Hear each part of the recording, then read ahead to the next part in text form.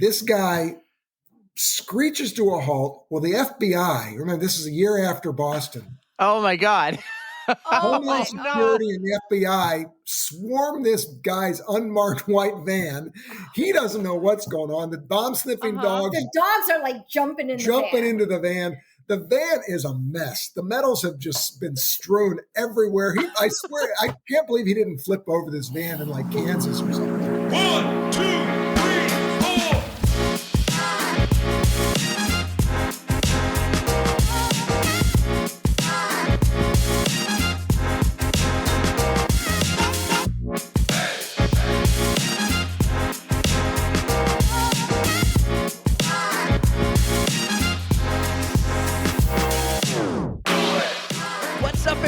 Welcome to episode 143 of the On the Runs podcast. I've had a crazy travel day, or should I say travel days. We have an incredible episode for you today with two amazing guests with incredible stories. We can't wait for you to hear them. I am currently in Sweden, and my amazing rock star of a co-host is still comfortable and relaxed in her amazing spare bedroom studio. 6-star Erika. What's up? Not much, dude. Happy Monday, or should I say almost Tuesday for you, because you are coming to us from Sweden. Was it Sweden? I'm in my hotel room in Stockholm, Sweden. I arrived a few hours ago. How exhausted are you? I'm not because it is 11:38 p.m. in Stockholm right now. But to me, it's 5:38 p.m. because I haven't adjusted yet. And it is going to be hard to adjust when I have to wake up and be downstairs at 7 a.m., which is like 1 a.m. So it's going to be interesting. So I was very strategic picking what episode or what guest appearance we're going to drop today because it is not only fantastic, it's a full 2 hours of fantasticness. And we could have talked for another 5 hours. They will be back for part 2 one day. Maybe an in-person one, as you're going to learn. But real quick, Erika, introduce our guest who you got to meet earlier in 2024. Yes, I am more than happy to introduce everyone to Darris and Star. So I was lucky enough to meet them when I was at the Flying Pig Marathon Expo because Patrick is good friends with them and knew that they friends with everybody. The dude knows everyone. But he saw that they were going to be there and was like, I have to introduce you. So I got to talk to them a little bit at the Flying Pig Expo. They were there to promote the Columbus Marathon, which we've heard so much about also. And yeah, it was so awesome to get to know them and to get to know them even more through the episode. They're friends not only with Patrick, but they're friends with Angela Pohl, Jeannie Rice. They're friends with Pam. And we just talked to Pam again. So for all our Ohio PodFam, we just had Pam back on to finish her story. But you know who else they're friends with? As I was creeping through their Instagram to find photos for this. And there are so many photos when you go to like photos they're tagged in. Who is in a bunch of their photos, Erika? Susie freaking Chan. Our guest from last week. How did we not know this? Bad job on our homework. Bad job. We can only do so much, man. And I mean, you always do all the research, so I should have been able to help on that one. But well, it looks like they have crewed from time to time. They have some fun running stories. They have some fun crewing stories. They have some fun race directing stories. It looks like they have crewed in the past with Susie, as Susie said, and others too. Andy Glaze, like sometimes if you want to run Badwater, you have to go there and crew. Like that. Yeah, you got to know what you're getting into. Right. Yep, you have to get the lay of the land. So you guys are going to enjoy them right now, and we'll get them back to hear more stories next year. But until then, enjoy Darris and Star on the On the Runs podcast, and we'll see you quickly on the other side. Our next guest on the pod, our second family pod fam, becoming first family pod fam after our very own 6-star Erika met them last year at the Flying Pig. They're runners in love who do it all from race directing to ultra marathons. It is our pleasure to welcome Darris and Star Blackford to the On the Runs podcast. What's up, guys? Hey, how are you? Hello. Thank you for having us. We are super pumped to have you here, Darris and Star. I will take credit for meeting you guys over at Flying Pig last year, and it was awesome to do so, but I cannot go without saying that I would not have made the introduction without our very own Patrick Lieber, because he has spoken so highly of you guys Aw. so many times. And I know he loves the Columbus Marathon, or I should say half marathon. I think, has he run the full? He doesn't run marathons. We know this. But he loves running the half marathon, and he does it for the very wonderful cause, which we will get into later. But it was just so nice to actually meet your acquaintance there, and you guys did tease some very fun stories that I hope we touch upon when we talk today. Yeah, and honestly, I want to give a shout out to Patrick too. I mean, he's not just a great supporter. His daughter only lives about a mile from us, as it turns out. He lives 2 hours away in Northeast Ohio, where I grew up. But I have actually run into Patrick when I've been out on a run in Columbus, and there he was. It's just crazy. What are the odds? Yeah, Amazing odds. Yeah. We have a lot of PodFam actually in Ohio. A lot of them, you know Angela Pohl, Jeannie Rice, like other people who've been on this podcast before. We love our Ohio PodFam. Are you part of the NERC community? I think it's Northeast Running Club community in Ohio. No, they're up in Northeast Ohio. I've actually spoken to the group before, met with them, and they brought a big contingent. They have brought many times big contingents to the Columbus Marathon. Again, Ohio is kind of a unique situation. We do have, you mentioned earlier, the Flying Pig, the Columbus Marathon, the Cleveland Marathon, and the events are kind of not interchangeable in regards to the efforts that we all put into them, but the people. A lot of times we'll go to the expo, we'll be promoting Columbus at Flying Pig or at Cleveland, and we see people from around the state that we see all the time. Yeah, and then I want to give a shout out to Angela Pohl. Actually, just back in August, we were at a retreat with her in Flagstaff for 4 days. It was a running and writing retreat that's put on by Dream Run Camp, which is the brainchild of Matt Fitzgerald. He's written a number of, so you're nodding in acknowledgement. I am familiar. so many books he's written in the running space, and he hosted this retreat. And Angela was there, and she was actually in our house. There were 3 separate houses that retreat participants stayed in. Mm-hmm. So we really got to know her quite well, and she is just such an incredible woman. So I love it. And so this is just expanding our wonderful Ohio Pod fam, because not only do we have you guys now, but we also have Jared Ewing, who's a part of the Ohio Pod fam. There's just so many of you wonderful people. Welcome to the podcast. Yay. What we do like to do on the podcast, though, is get to know you a little more. So we believe you're from Ohio, or at least live in Ohio, but tell us a little bit about yourselves individually. And then, because we're very fortunate to have the two of you on, tell us how the two of you met. Oh, we love a love story. We really do. Should we bury the lead? So for the next 90 minutes, we're going to talk about our history. No, Star, I'll let you start. So I actually grew up in Buffalo, New York, born in Arizona. Still have the desert in my blood. We'll get to there when we talk about ultras. Mm-hmm.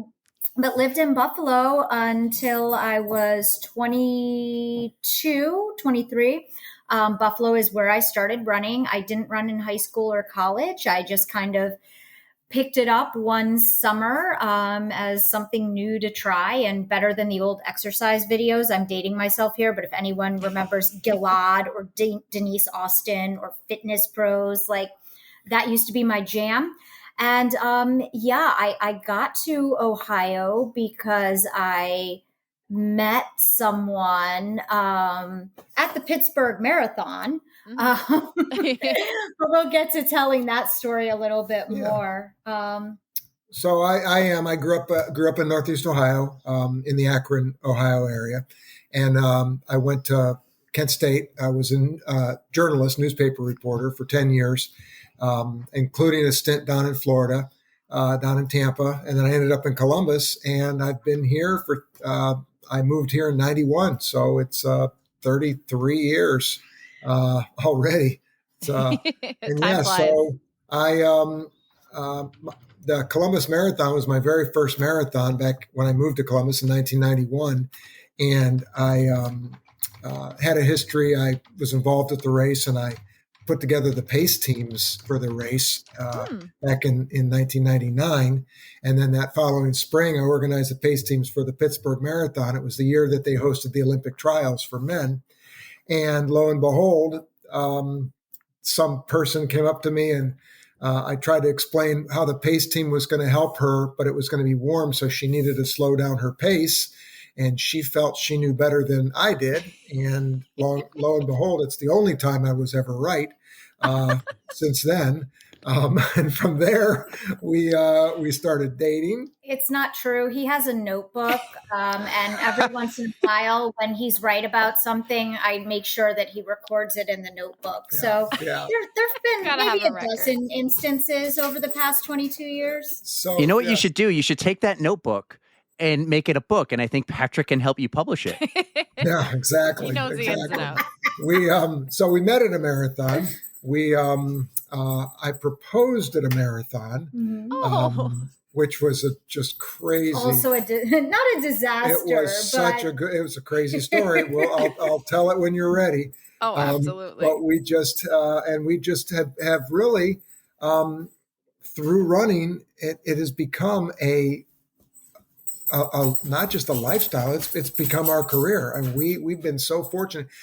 We're working on a book, and I thought about when I was out running the other day. I thought about the subtitle, which is how we made money in running without being fast. But don't give it away, because we don't want anyone stealing our thunder, but even though it's our story to tell. But that's the thing, because we've through the race directing and the organization of the pacing and all that, we've just been very blessed to have been able to kind of make a living out of this, and more importantly, I think make an impact. You want to do something in life that you're making a difference. And when we were at Cliff Bar, we were making a huge difference in people's lives, helping them accomplish these dreams of running. And now with Columbus, Star's the registration coordinator, so she's the most hated person every year at our race, particularly when we sell out. But we're raising $1 million a year for Children's Hospital, so we're doing a lot of good. And so that's a good feeling beyond just being happy with what we're doing with our life. I love that. Should we jump into the Columbus Marathon and find out a little more about that, and then we can dig into some of the personal stories later? What do you want to do, Eric? Yes and no, but I actually want to jump into Darris's first marathon, which was the Columbus Marathon. We love to sometimes hear that first marathon story because marathons are hard, and a lot of the times people Eric just ran one yesterday, so this is fantastic. We're talking November of 2024. This will drop in 25, but yeah, he knows how difficult they are now. And I love that first marathon story. Marathon yesterday? No, but I but it's fresh in your mind. Oh yeah, yeah. I had a harsh reminder how hard these things are. I haven't run one in a few years. So, but everyone, when I always ask, like, tell me about your first marathon, they're just like, oh God, that was awful. Darris, how was your first marathon, the Columbus Marathon, which is kind of like full circle? I think we'll get there at the end because now you race direct it. Well, it all started. My brother was and is a very accomplished runner. He 226 marathoner back in the day. Oh, that's impressive. The Columbus Marathon was his first marathon. And I didn't run in high school or college like Star. I took it up after college. But I had my brother as kind of a guide to learn from. And when he did Columbus as his first, I thought, well, I moved to Columbus in 1991. And that fall, I signed up for the marathon. And I thought, based upon my brother and his skills and my training and all that, I thought, I'm going to qualify for Boston right out of the gate. It's going to be great. I got all this family lineage and blah, blah, blah. And I just, to your point, Eric, it is hard. I went out and I thought I was just, doing great. And I missed the Boston qualifier. And I got to mile 24 and I was walking. I was done. I just was so miserable, but I got through it.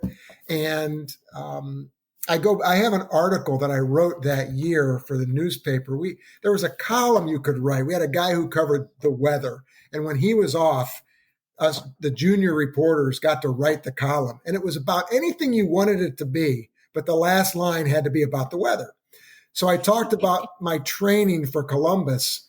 The last week before, I was leading into the weather for the day of the marathon, but it talked about how it was so cold. It was just freezing cold. And I talked about all the suffering that I had to go through, but hopefully it would pay off in the race. But no, it was very difficult, but I was hooked. I didn't do another one for a whole year. And that next year I didn't train hardly at all. And I cut 10 seconds off my time. And I thought, A, it's going to take forever to get to Boston. But B, I'm like, why did I bother training so hard the first time when the second time I did better and it didn't even take as much? So yeah, it was a rough go, but I don't say I would love it. I love the challenge, and I like the training. The events have always left me. Very rarely have I had that feeling of it all went well. And that's after 200 plus marathons. I only have a handful that I felt that's a big number. Well, Star is there too. She has 4 less than me, and I know that because I have to keep track. But I have the 100-mile PR in but the she family, has the 100-mile PR. Star, do you remember your first? I do. So my first was 1998, and I did it in Buffalo, which is where I was living at the time. It's 22. I ran it with a good friend of mine. We had actually met. We both worked at Starbucks, and so we trained together. We both had this cockamamie idea that we wanted to do this thing. And back in 98, I don't want to say it was countercultural at all, but it certainly wasn't the come one, come all atmosphere that it is today. The point I'm making with this is there was pretty much an expectation that if you were reasonably young and reasonably healthy, your first marathon as a woman, you broke 4 hours. I mean, that was just how it was supposed to go. Mm-hmm. And I got this brilliant idea that I'm sure all of our listeners will love. I decided I was running with my friend was a guy, and I got this idea that I would run with him until I got tired, and then I'd slow down. And I can assure you that I slowed down. I made it to about mile 16 or so with him. And it wasn't egregious. He ran about a 3:50 and I ended up running 4:09. But what stands out to me the most, and I used to share this with my pace groups all the time, you know, people hear over the course of my journey, more than 200 marathons, 3:17 PR, multiple times under 3:20. What stands out to me the most is that first marathon, getting to mile 23, digging hard candy out of my Umbro soccer shorts. So it was like one of those cinnamon disc candies, sucking on this cinnamon disc while hugging a tree and just having tears stream down my face. Because I was so tired and so sore and so hungry and so overwhelmed that, so the short version is I hugged a tree and cried at mile 23, my first one. Then the icing on the cake was that mile 25 of this race was 1 block away from the apartment building I lived in at the time. And what a lot of people tend to say, they're like, oh man, 25 though, you know you're there. Of course you're going to finish. To the contrary, I'm like, isn't this close enough? Like, I mean, close enough. Go in my apartment. Can I go lay down now? And of course I finished and it was wonderful. But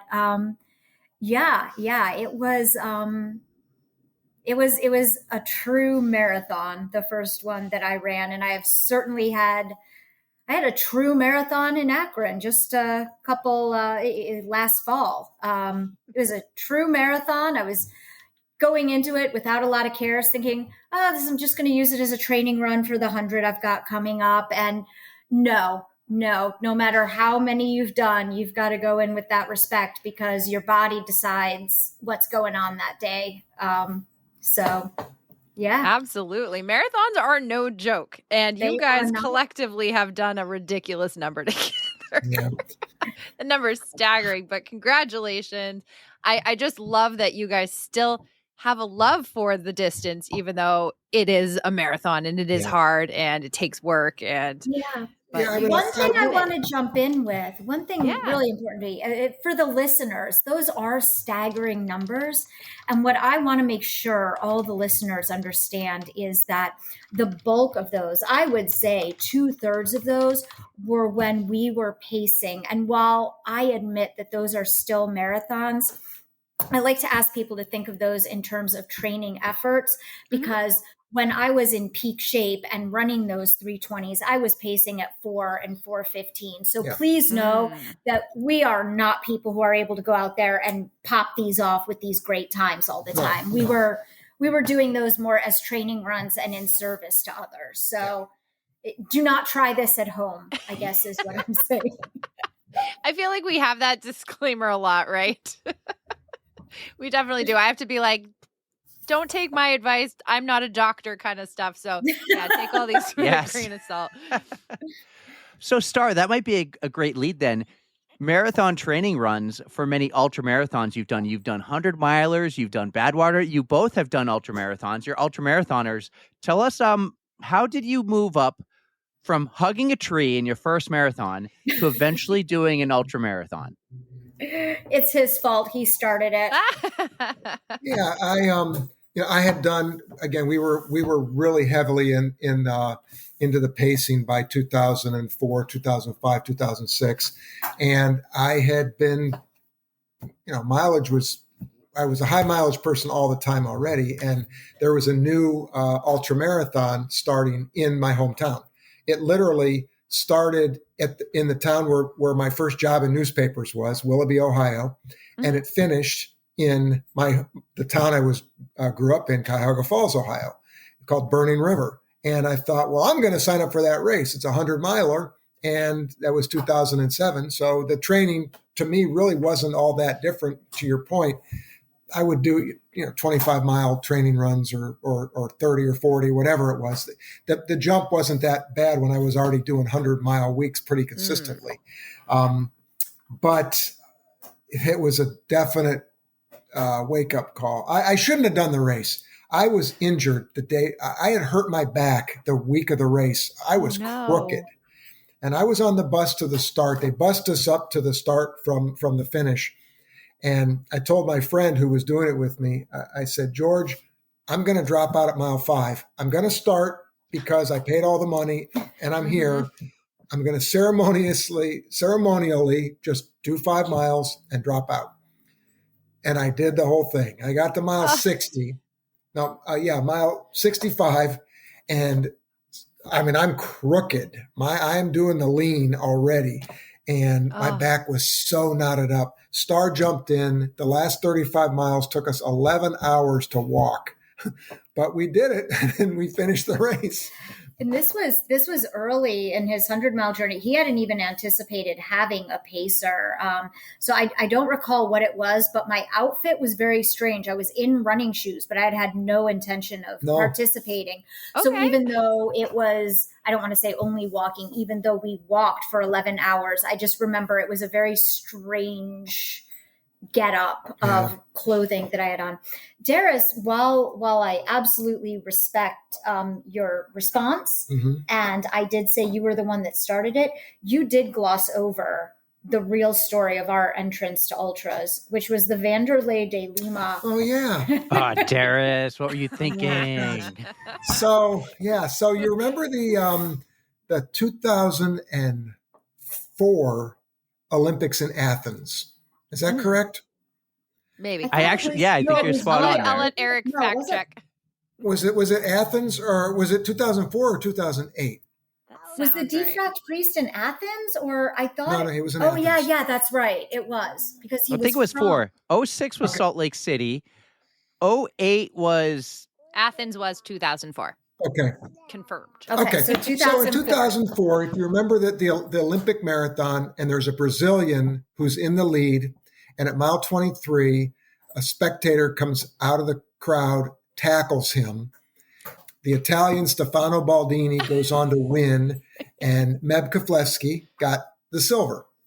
And Vanderlei de Lima from Brazil hung on for third. Well, we felt so compelled to celebrate his so moved were we by his spirit that in 2005 Star and I and two other people created the Vanderlei de Lima honorary 50 miler. Because he's not gone, so it wouldn't be a memorial 50 miler. Yeah. So we did this race on the 4th of July in 2005. We started at our friend's house and ran downtown Columbus, did the Columbus Marathon course, then added on 15 or so miles to do the 50. We ran into, during that run, remember William Hung. William Hung from American Idol?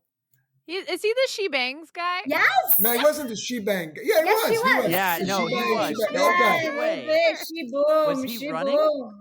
He was the honorary grand marshal of a parade in Columbus on July 4th called the Doodah Parade. And it's basically this amateur parade of people that do all sorts of silly things. It's people on riding lawnmowers, people, little kids, all this weird stuff. Well, William Hung was the honorary, and we literally ran into him. He was coming out of his hotel, and we were running by in the Vanderlei de Lima honorary 50 miler. And we got a photo with him, which was classic. Yeah. But anyway, so that was kind of our entry to that. So we did that run for 3 years. For 3 years. 2005 Oh, wow. and 6 and 7 was the last time, was kind of my training run for that 100 miler. But we only did it for 3 years because he came in third, and you could only You could only be third. Yeah, you can only be third place. Nobody won. Nobody got worse than third. We all were finished in third place. I made race bibs on back of the old Cliff Bar pace team pacing bibs that you would write your time on. Everybody was number 3. As the race grew over the 3 years that it took place, we added the Vander Scoot, which was our kids' run.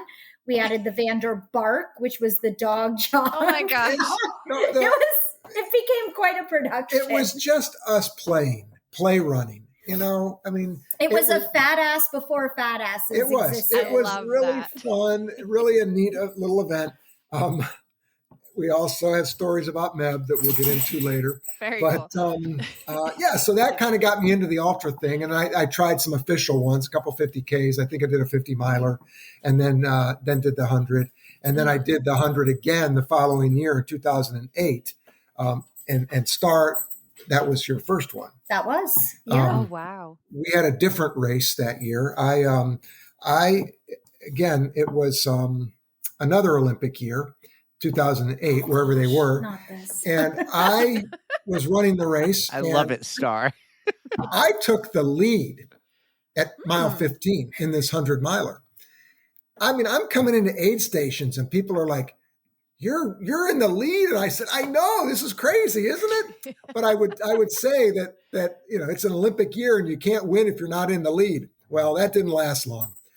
I suffered greatly. I never saw Star.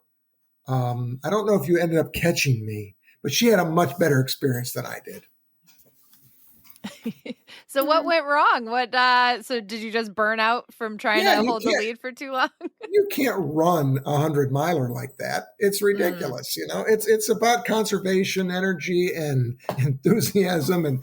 And I just was way over my skis and felt like, oh, you know, just because you feel good at mile 15 or 20, you're not going to feel that way at mile 50 or 60. As I've learned over the many times, I've dropped out of more hundreds than I finished, and I finished, I think, 7. So okay, that's still a very impressive number, and I can totally relate. I just recently ran 100 myself, and I was miserable. I like had an emotional breakdown during half of it. I was like, this is not how it's supposed to go. But the feet hurt. You and just got everything. it done, and I meant to comment on that Instagram post, and it got buried under other too sweet. things because it has been a long week in Insta world, but you know. Well, you guys are just all over the place doing your own thing. So I appreciate you thinking of me, but I'm just so impressed with you guys. Well, the worst part of it is I hate trails. And I come into the aid stations. People are like, hi, what do you need? Leave me alone. I hate all of you. Star comes in. I love all of you. You're all wonderful people. You're angels. Thank you. It's just she's just so different in her the whole grasp of it all. And I wish I had that skill and that talent just to like it. So I also have I have 3 non-time goal, non-finish related mantras that I go into every race with. So regardless of whether or not I'm going into an ultra with a time goal or just going in it to experience it and finish it, the first one is to find and record the moments of joy. So as I'm running along, I'm actually listing in my head, like this thing about the sunrise, or I saw a deer here, or I heard this funny thing here. And I kind of build up that list. And then when I'm feeling low, I go back and I go through that list. And then when my pacer comes in, it's also a great way to jumpstart a positive conversation, like what have been the great experiences today? What have been the highlights? The second one is enter every aid station with joy, because that's my way of respecting the volunteers that have been there all day and that are taking care of the hungry and smelly and battered bodies. And so that one really speaks to when you're like, you walk in and I'm like, I hate this. This is awful. It's like, I may not actually be or feel joyful, but I'm reminding myself as I approach that aid station, you are going to enter this aid station with joy. And then the third one is always, to show excitement and love and gratitude when I see Darris. And that can be hard because that's the person that I'm most comfortable being vulnerable with, but I can't give him any excuse to give me an excuse to stop. So the more, I'm not saying that I would ever overlook if something were truly physically wrong that needed attention, but muting the negative parts of the experience for me keeps everyone kind of pushing forward. Those are great. I need to remember those because I know that it is like, sure, it can be like 90% running or not, but like there's such a balance of the mental game that you just have to work through. And I am not good at that yet. Like I have not managed how to balance out the emotions with the good, and I may be hurting, but there's, it's just such a mental thing to get through, but just remembering the joy, giving it back to volunteers. That's always like, that is a huge rule. And I love that you do that because where would a race be without volunteers? Yeah. Right. And just trying to, just balance it out. I love that. Yeah. Star, I could have used that advice yesterday, by the way. Oh, Eric. I was great with all the aid stations, but if they weren't paying attention, I wasn't like, excited to see that, they're awesome. There was this one though. We have a friend named Yuki, and I saw her twice. And the second time I was just like, I got 2 miles to go. I'm out of it. And she had her head down filling waters. And I was just like, thanks for the water. And it kept going. She had no clue it was me. I get it. That's completely me. I get it. I don't want to I'm just, leave me alone. Right. I didn't want to. If she was like, go, Eric, I would have felt like I had to really go. And I was just like, I'm not ready for it. I had a miss at Akron last fall. I think my socks had shrank in the dryer because it was a sock and shoe combination I've run in quite a bit. And it was getting a really, really bad, it was a blister. It was not even a hot spot. And I asked for a Band-Aid. And then I'm kind of standing there. This was actual med tent. It wasn't just a water stop. Yeah. And then this guy looks at me and he goes, oh, you know what? She left them in her car. She just ran back to get them. And I'm like, what? And then I was like, I'm not having a great day, but I'm not waiting for someone to go to their car. Like, I gotta go. So Eric, I wouldn't feel bad about a miss because I think they all happen. So for sure. Oh, man. Did you eventually get a Band-Aid? Let me ask you that. Did somebody give you one eventually? I did. Actually, no, I did not. But I got a huge, thick lash of Vaseline to put on it, and that was enough. There you go. Good. Yeah, it all worked out fine. Well, I want to go back to your running stories soon. I know you've both done Badwater. I even have a note that Star might have a disturbing code brown. But let's go back full circle with the Columbus Marathon. So, Darris, this was your first ever marathon. You both live in Columbus now. This is now also your baby. You're the race director, and this isn't a little marathon in a small town, small state. This is Columbus, Ohio. It's the nationwide hospital. This is like nationwide, like the big nationwide insurance, nationwide company. This is Patrick's favorite, where he talks about all the patients who are healthy enough to be outside or out there, and they have the signs. This is your baby. This is a big project. And I would love to hear all about this race and race directing, and spare no details. I promise you, spare no details. Tell us like how you got into this position. Give us all the details of what goes on months in advance, and then race day itself. Wow. I'll start by how I got involved. So again, having a background in the media and newspapers, and then I started a PR and marketing company after that, and was doing the pace. And again, being with Cliff Bar for 18 years allowed us to not just travel to races, but to study races. Mm-hmm. I was really able to see the ins and outs of things. So by being involved in races to that degree, where we were really part of a race team, whether it was Marine Corps or LA or the Disney portfolio race, we paced at all of those, but we were really kind of part of the race team. So because we were representing those organizations, same thing with New York. So we had this experiences. I got to kind of learn about the ins and outs. So I was doing marketing. One of my projects became the Columbus Marathon. The person who does the PR and communications asked me if I would help out with the marketing. I'd already been doing the pace teams since 1999 with the race. I've been very involved. And so from 2006 to 2009, I was doing the marketing as part of the communications team. And 2010, the board made a decision. They really, the company and organization that was running it, it's a nonprofit entity with a board, but then they contracted out the race organization services. Well, there had been an issue with the organizers, and there was two owners, and they basically kind of went head to head with each other. And long story short, the board asked me if I would take over, and I said, sure, I'd be honored. I was working for a company at the time doing marketing. It was the Harley Davidson dealerships in Columbus, and there was 3 of those. And I thought, yeah, I'll take this job on, no problem.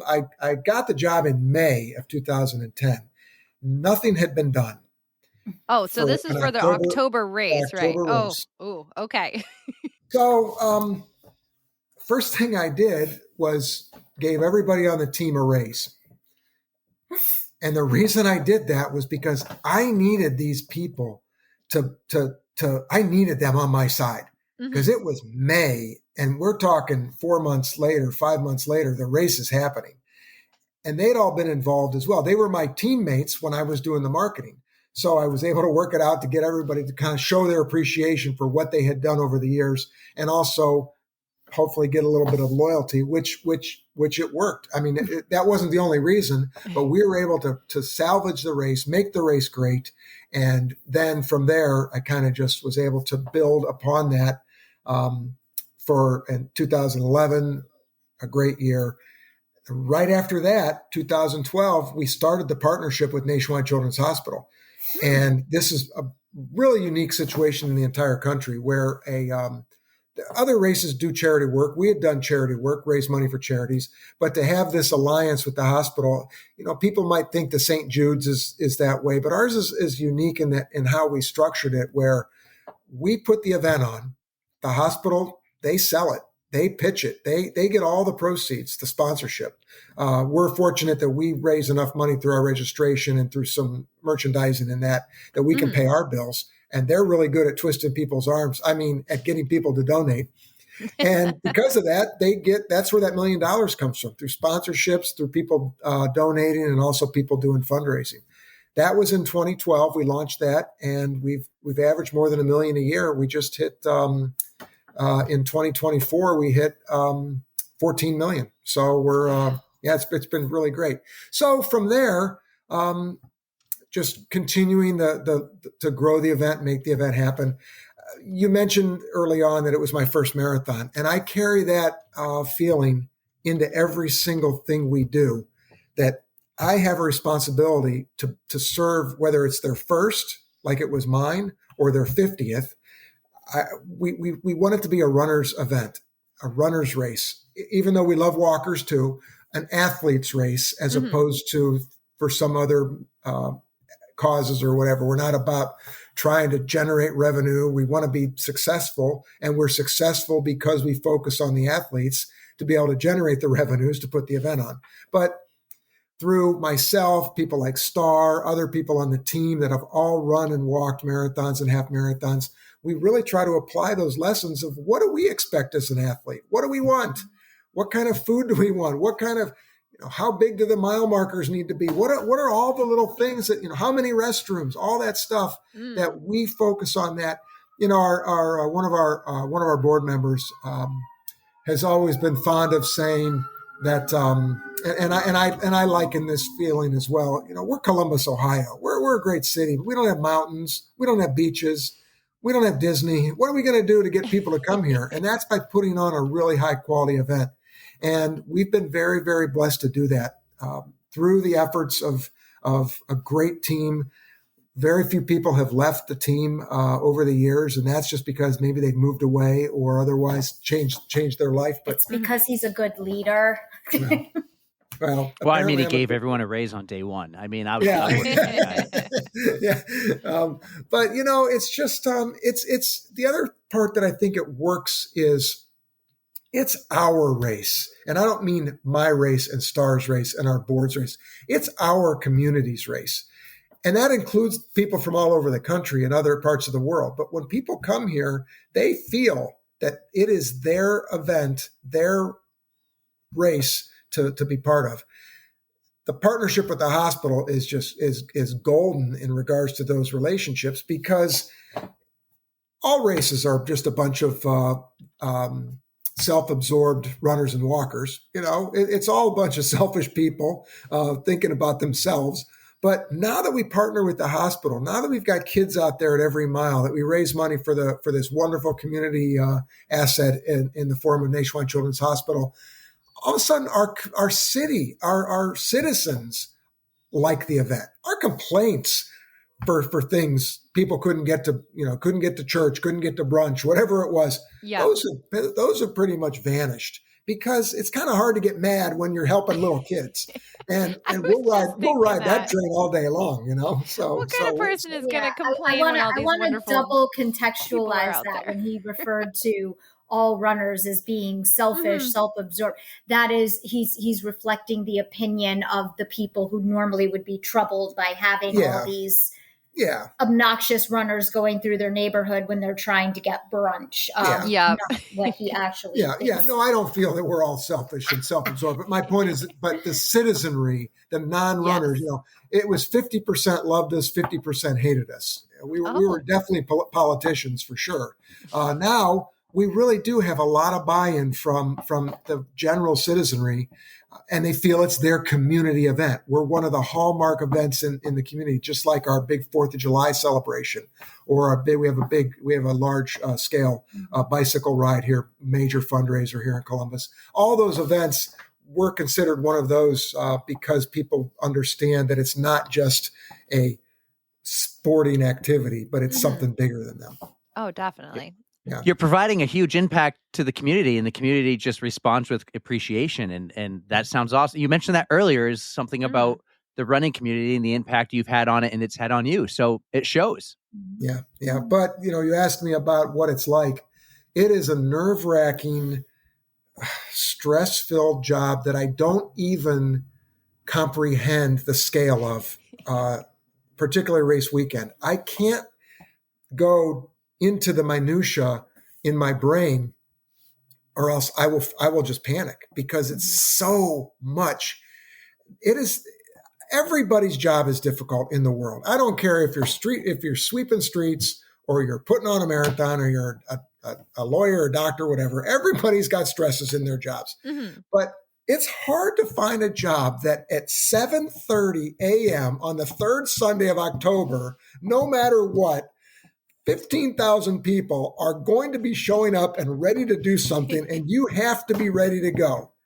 concerts happen and they delay them. Mm-hmm. Things happen all the time where, we're going to have to put that off by an hour, but we can't tell everybody because the clock is running.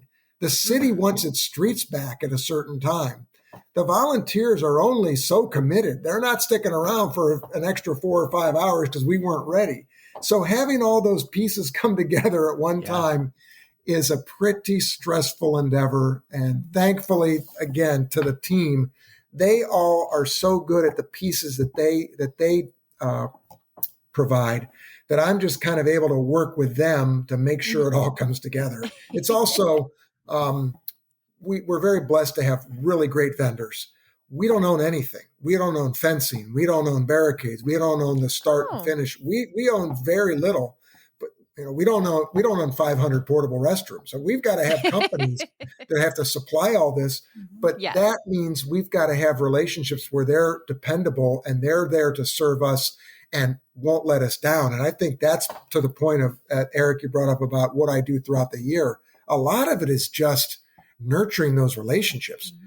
Paying the bills on time and making them happy is one of the most important things I have to do each November, because after the race in October, because they have provided a service to us, and we want to keep them loyal to us. Same with the police officers. We have, our budget is between $150,000 and $200,000 just of police and traffic costs, and we pay those bills right away because those are the people you don't want angry with you.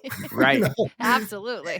So yeah, it's just like anything, I have my lists, I have my things I do throughout the year and certain timelines, but I think most important part to me is just maintaining those relationships so we can then turn to those people when we need them. And we've needed them at some times when things have been going off the rails, but we knew we could count on them, and they've supported us. So this is a full-time job for you. So I was 40 hours a week, 12 months a year, 52 weeks a year. Like, so every day when you work. Oh no. No. I'm gonna fill in context here. Things that I, as a spouse and a team member, see Darris going through and going through the things I see him go through. I think most people have heard the common refrain that the planning for the Macy's Day Parade starts the day after the parade. So when you want to think about, he's talked now, I mean, first of all, bill paying for an event of this size does take him close to a month. But then what you have to think about is, right, all of us who have done races, we get that post-race participant survey. So a good survey response is 20 to 25%. So an event our size, we send that to, you have 15,000 registered, you have your no-show rate, you get 13,000 finishers, you get 20 to 25% of that, you're a race that actually cares.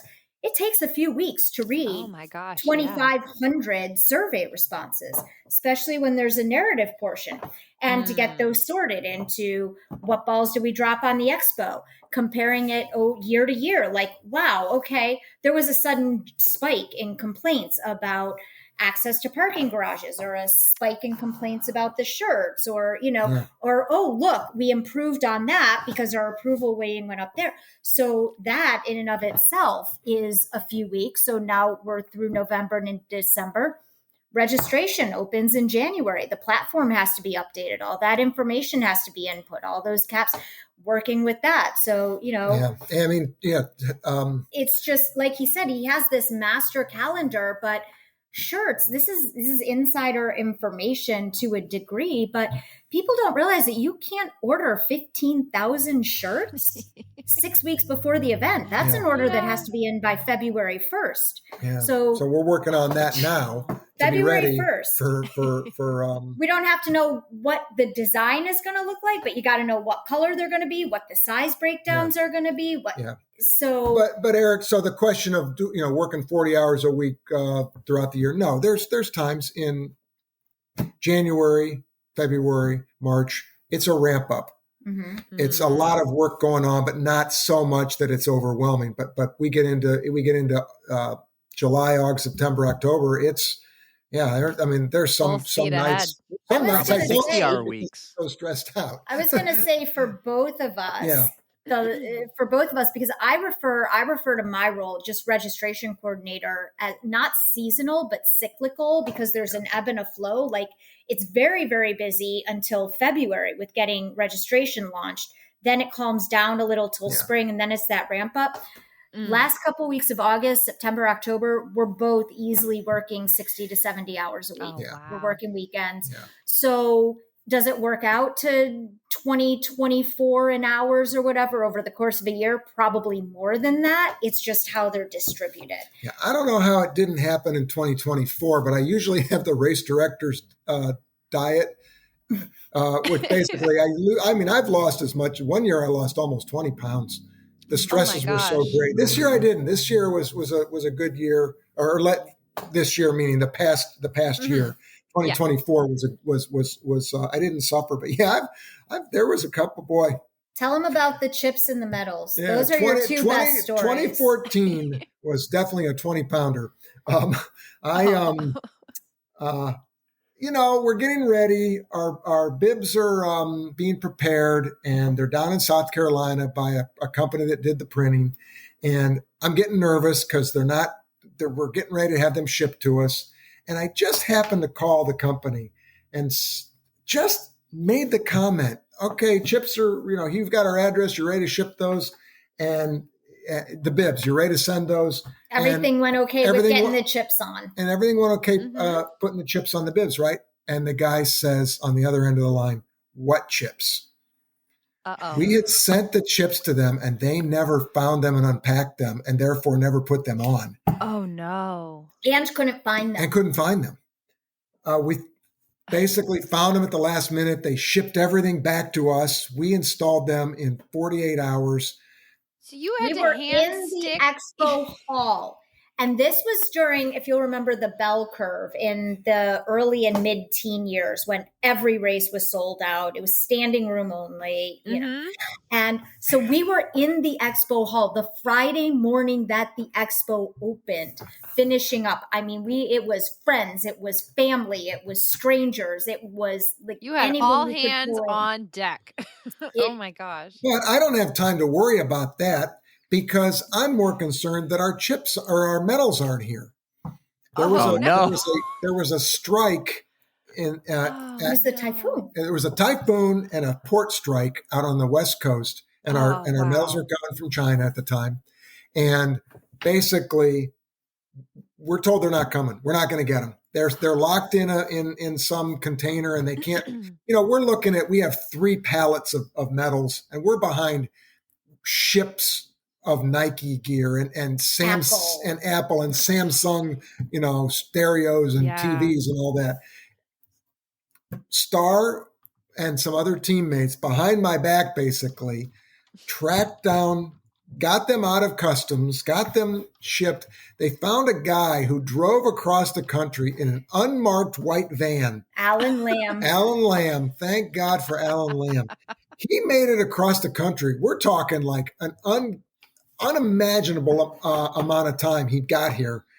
He shows up at the back entrance to our start finish area. The race has started. The chip or the medals pull up. This guy screeches to a halt. Well, the FBI, remember this is a year after Boston. Oh my God. Homeland Security and the FBI swarm this guy's unmarked white van. He doesn't know what's going on. The bomb sniffing dogs. The dogs are like jumping into the van. The van is a mess. The medals have just been strewn everywhere. I swear, I can't believe he didn't flip over this van in like Kansas or something. We missed the first 30 minutes of finishers, didn't get a medal, but they got them because we made announcements to please go to the information tent. We knew who they were. The first 30 wasn't a huge number. First 30 minutes of the half marathon. But yeah, so we had a total of 10 things went wrong that year of just weird, crazy things, but we got through it. So Alan Lamb had left at like 2:00 in the morning Pacific time from the port of Long Beach and took the whole route from California to Arizona to, I can't remember it now, and I'm not great with geography. We were certain, and we were tracking him like NORAD tracking Santa. We were sure he was going to be there in time for the race.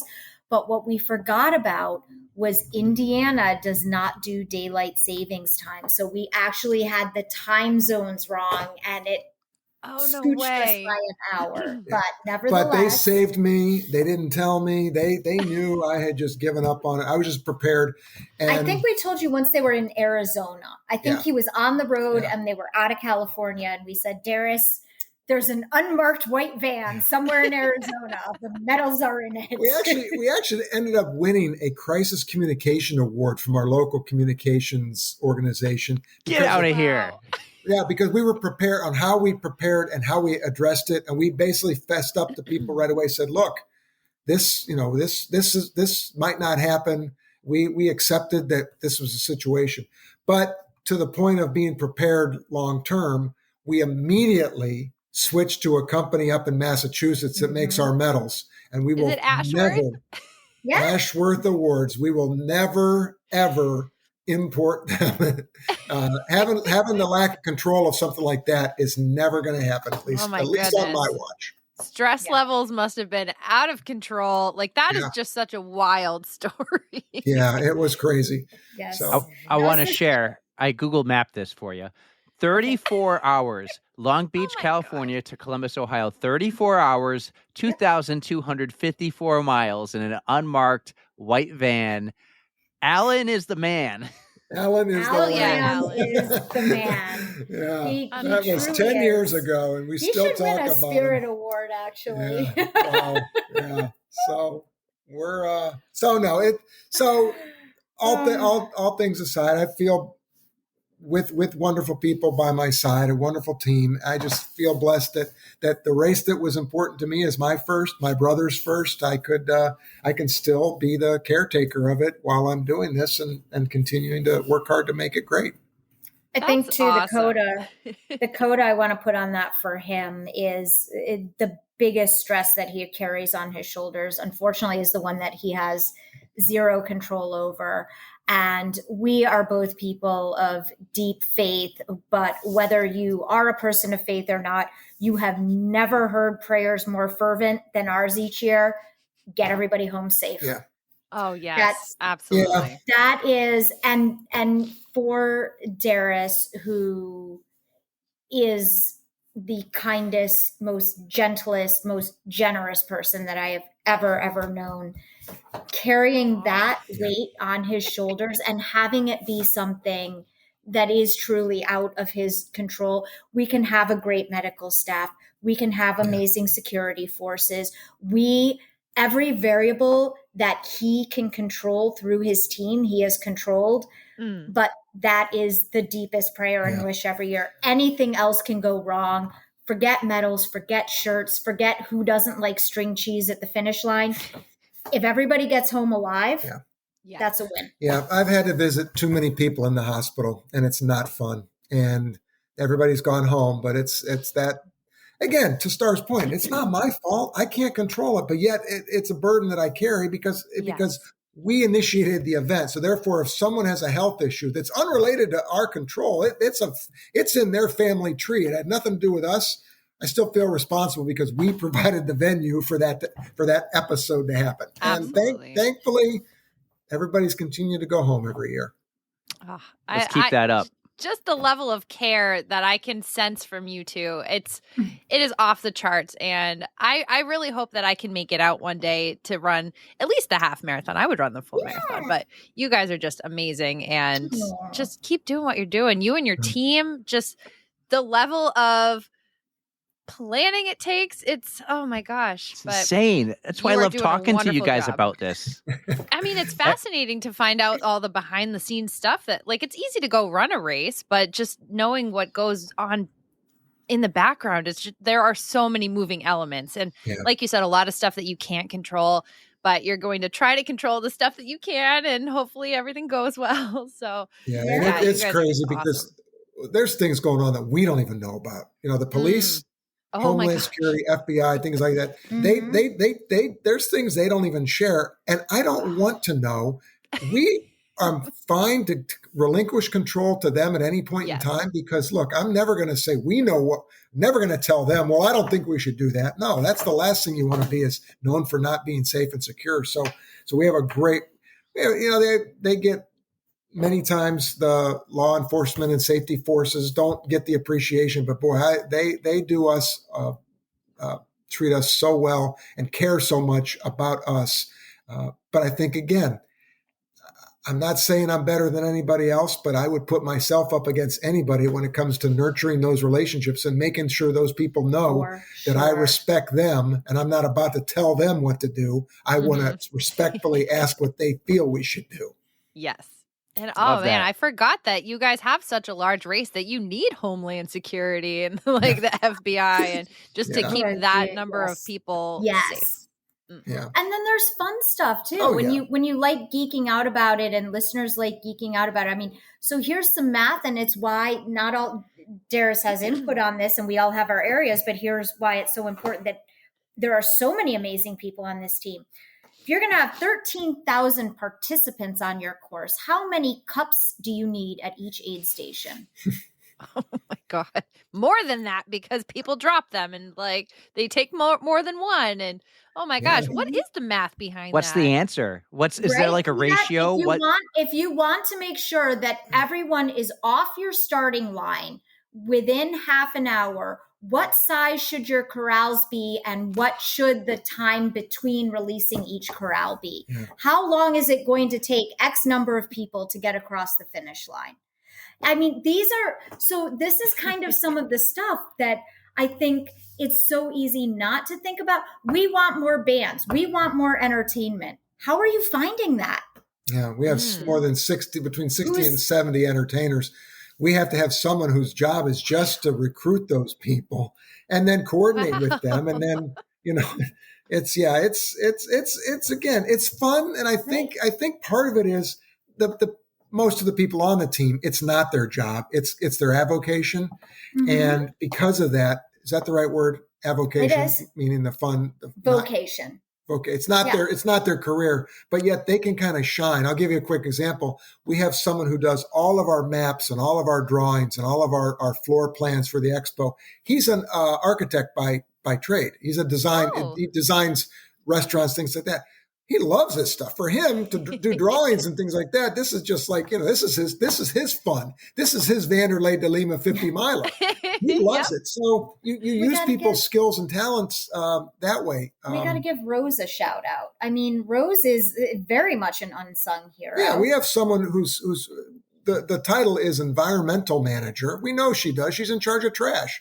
How many trash cans do you need for 13,000 people's trash at the finish line? Yeah. And then you have to get it picked up, and we have to get the city's trash truck there on time to make sure that we're loading those out on a couple runs, because we're piling up trash, and we have recycling, and we've got all those other pieces that so it's but yet when you give people that are talented and intelligent room to do things, they're going to take care of it, and you appreciate them, and you thank them, and you recognize them, but let them go, let them run with it, and if there's issues, I can get involved, or we can work together as a team. But really, I'm just, again, so thankful for everybody that's involved. And I want to, on that note, I want to give my my running public service announcement to everyone on the pod. When you are running a trail race, I think we all know the rule is leave no trace. When you are That's one of my favorite Code Brown commandments. Yep. When you are running a road marathon, it is perfectly acceptable within a water stop or aid station zone to throw your cups and your throwaway clothes and your gel and candy wrappers and your trash on the ground. Outside of an actual aid station or water stop, it is actually not okay. And I want to remind everyone to learn how to carry that gel wrapper with them. Something that I do on trail races to make sure this doesn't happen is I pin a Ziploc baggie to my shorts, and I just pop all my sticky stuff in there until I get to each aid station. The Monday after the race is one of my favorite days, actually, because one of my dearest girlfriends who's on the team, she does all our PR. She and I have an 8 a.m. date every Monday morning. And what we do is we drive the course and we go into everyone's yards and we pick up the hand warmers and the throwaway gloves and the gel packets. And I have a great reel actually on my Insta account of like peeling up the gel packets, because what a lot of people don't realize is street sweepers don't get those up. They actually glue them to the ground with their feet, and you have to peel them up off the road. And so that is our commitment to the communities and the neighborhoods that we get to play in. They have to live there and they have to work there. And so we have to return that to them the same way it looked before our race. But my encouragement is, if it is at all possible, to carry your stuff with you until you get to an actual aid station where there are people there who are going to clean it up. That would be so wonderful, because I've seen some really trashed residential neighborhoods, and that just makes it harder for your races to come back each year. That You does want not to help run your in the complaint prettiest factor. neighborhoods, but when you trash the prettiest neighborhoods, they don't want you there. Totally understandable. And I don't think that's asking a lot. It really isn't. Just stuff it in your pocket, or like, I don't know, hold it in your hand. I feel like at a race like yours, you get an aid station every like mile, 2 miles max, right? Mm-hmm. That's not that difficult. No. I think a lot of it is education. I think a lot of it is just knowing. Some etiquette too. So actually, that I have a question about every mile. You have a tent at every mile. Tell me about this tent you have at every mile. So we have 17. So we have 17 fluid stations, which is Gatorade and water. But then we do have a patient from the hospital at every mile. Now it's not exactly at the mile marker. It's kind of they all are designated an ambassador, a champion per mile. They may not be exactly at the mile marker. It's where they can be placed, maybe in a parking lot or whatever. But yeah, so it's unique that we have 24 kids.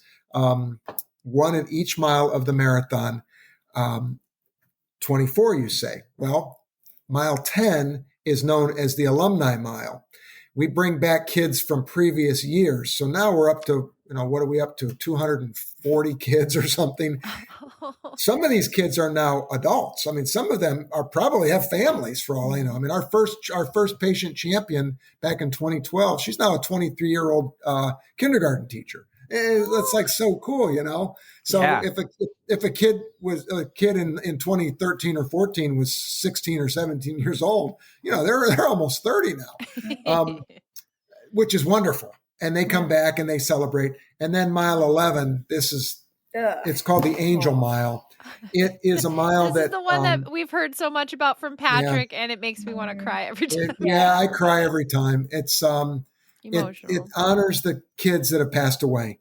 And, it was not our idea or intention. In year one, we didn't have it. We basically were trying to get all 26 miles covered by kids. The families that had lost children, there's support groups and things like that. They basically came to us and asked if they could have a mile to honor their kids. So every year there's different families. Some of the same families are out there every year honoring their children. And it is, you'd think it's a morose, sad area, but it's not. The families are partying, celebrating. They're honored to be able to recognize their children. At the same time, the runners and walkers, they're all crying because it is emotional. It's also mile 11 of a half marathon. And so their people are crying because they're almost, it's a mess, but it's a good mess. The music played there. Was this year the music with the heartbeats again, or was that? No, that was one year that they had one. So they have this program at the hospital where when a family knows that their child's condition is terminal, there's a music program that's able to record their child's heartbeat, and then they incorporate it into a piece of music. Yeah. Oh my gosh. Yeah, pretty. So, but again, again, I mean, it's not unlike the Marine Corps Mile that honors the military that have been lost. But and that's a pretty sad mile, but it's also a celebration mile too. It's again, it's kind of how you look at it. You certainly you're sad about these children, you're sad about the military that have passed, but you can also honor them by accomplishing this goal, succeeding in this. And so it's what better motivation? Yeah. When you made your pitch to Nationwide Children's Hospital and you got them on board, how did you come up with this concept of having the patients there and having these tents and having the alumni tent and everything? It is. And so how did you sell special. that to them? It was a joint. It was I remember the meetings. It was between Marathon board members, myself, hospital officials, and Nationwide Insurance. Nationwide Insurance had come to us and said, we want to continue supporting this race. They've been involved since the very beginning, since the race was started in 1980. And again, huge major employer here in the community, well known throughout the corporate world. And they said, we want to keep supporting you, but we want to see, is there a way we can tie in the hospital? And so it kind of just naturally went from there. And it was really it wasn't a strategy that we knew right away. It kind of evolved. That first year, as we were planning, I think it sort of just, hey, what if we had kids out there on the mile? I don't know. Let's try it. It wasn't really, I want to say it was thought out. I think we got lucky. It was one of those, they knew how to do it. We also had some situations, had a couple of kids that were a little bit, that probably shouldn't have been out there. Oh gosh, the ventilator. We had one on a ventilator that thank God it kept running. You learn when you're doing it, and everybody was fine. You can it's just an issue with the generator. We had to rush a generator over. We got everybody's fine. Everybody, the kid was happy. That's a code red. No issues there. But long story short, it really just evolved from a great start with good minds. It had been thought through, how can we do this? But it also, we didn't know until we tried it, how it would go. And knock on wood, it's been very fruitful relationship. I mean, that's amazing. Yeah. Do you have something, Erika? Before I ask my next. It's such a special element of a very special race that you guys put on. And I really, if I've heard anything from Patrick, who has run it several times, he says it is a race to run. So I would love to do it someday. Now, let's be clear. He only runs the half. He doesn't do the full. I think we need to put some pressure on Patrick to run the full Columbus Marathon. If Patrick runs the full, I'll come out. Oh, wait. Okay. I hear, does the pod family hear this? I believe a wager has been placed. Patrick, if you run the full, Erika is coming out. I will find a way to get out there too, and we'll live podcast from the expo. If not, I am more than happy to support his fundraising efforts. Well, and again, I mean, clearly, if you guys were to come out, I would get you. You'd get the whole behind the scenes. You'd be up on stage. You get to see all. Oh, goodness. You get to see it all happen. Live pod from the viewing deck and the timing tent. Eric. I'm adding this. I think we gotta go. Go. Let's see McGilver do that for you. Yeah. 25 or 26. 2025 or 2026. I say lock it in. We got a couple plans for 25 this year, but I feel like it's gonna have to be 26 because Patrick's gonna need time to train for the fall. Patrick needs some time. I think a year is plenty, but good. Yeah. We'll see. Okay. Let me ask a question. Throne. Yeah. Oh, Sorry, it's what no was gauntlet. We love Patrick. I said gauntlet throne. Oh, man. We'll see. I don't know. I feel bad giving Patrick crap because I don't. He's always so nice to us. I don't. Well, he's nice it's to a me. sign that I love you, Eric though. will give him crap. If I give crap, I love you. I like you. If I don't kind of do the back and forth, it's like, I love Patrick. Patrick was a huge hit for us, honestly. Like the connections the guy has helped us make since he came to me. He was one of the first two people, because they both happened on the same day, and I forget who was first, who approached me about coming on the podcast. And I was like, yes, finally people are coming to us. And that leads me to my next question with Darris. So a thing I've learned in 2 years of podcasting now is, I study other podcasts. I support other podcasts. I reach out. I talk to other podcasters. You met Erika at another marathon. I don't even know if you were running. I know it was Ohio, so it was kind of local, but you were out there handing out, I think, like Columbus, Ohio marathon koozies or something, or like hats or shirts. I have your pad of paper on my fridge right now. You guys are like, here we go. And I use it all the time. So Do you guys like support each other? Do you bounce ideas, you and other race directors or other marathon teams? Well, I want to go one step further. We actually, Oh, no. I don't feel guilty about this at all, but we go to other races and people invariably say, and I'm not ashamed to say this, I like your race better. I'll be in someone else's house, their expo, and someone will say, I like your race better. You're doing something right if people are telling you favorite. In somebody else's race or expo and I'm that proud of they that. like you better. And so I took it one step further, and I'm just a goofy kid from Akron. I was a kid from Akron long before LeBron James was, okay? And I do silly things to recognize people's support. So I would go to expos, and if I saw someone in one of our race shirts, I would hunt them down and give them $1. I said, I'm the race director of Columbus. Thank you for wearing our shirt. Here's $1. I did this at the Olympic trials in Atlanta. In Orlando, I'm sorry. And this woman was wearing our shirt, and I went to give her $1, and Star's like, you can't just go give random women on the street $1.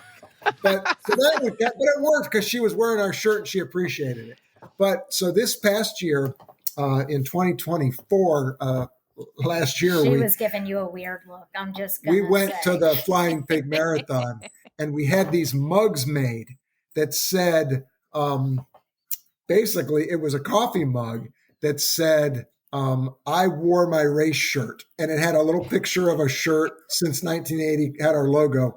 And I was basically giving these mugs to people at other races. I'm in their house giving away things to promote our event. And, it's all in good fun. So to your question, do we associate and bounce ideas? Absolutely. I mean, Iris Bush at the Flying Pig Marathon. Very, very good friend. Mm-hmm. She's the race director there, to the point where, another story. Here we go. I was at their expo. Keep them coming. I love you, Star. Every time Star's like, oh boy. It's the year before I met Erika, and I'm at the expo on Friday. Star's coming into town that night. And I kind of tend to lean like I'm doing here. And I was having some tightness in my chest. So I go into the bathroom, roll up my shirt, point at my chest, and snap a picture of my bare chest. I text it to my friend who's a doctor. He used to be our medical director. And I said, hey, I'm having some tightness right here in my chest. What do you think that is? He said, you need to go to the emergency room right away. No. And I'm like, I can't go to the emergency room. I'm in Cincinnati. I can't drive all the way to Columbus. He said, no, you need to go to the hospital there now. I'm like, it's the expo. What am I going to do? Yeah. So I go and look for Iris, the race director. She's in the middle of a media interview. She's getting ready to do this interview. They're like, we're on in 2. And I said, hey, Iris. She goes, what's going on? I said, is there a hospital nearby that specializes in heart care? She's like, I can't do the interview. She puts me in her Jeep, drives me to the nearest hospital, which happens to be the same hospital where her husband had his heart issues taken care of in downtown Cincinnati, and drops me off. And I said, see you later. And I'm in this hospital, this heart hospital, Christ Hospital in downtown Cincinnati. I call Star, said, I don't want you to be alarmed. But Meanwhile, now what he's really telling laughingly is one of the most traumatic stories of my life. Getting a phone call from your husband, who's an hour and a half away Don't be alarmed, but I had this pain in my chest. Darren said I had to go to the hospital right away.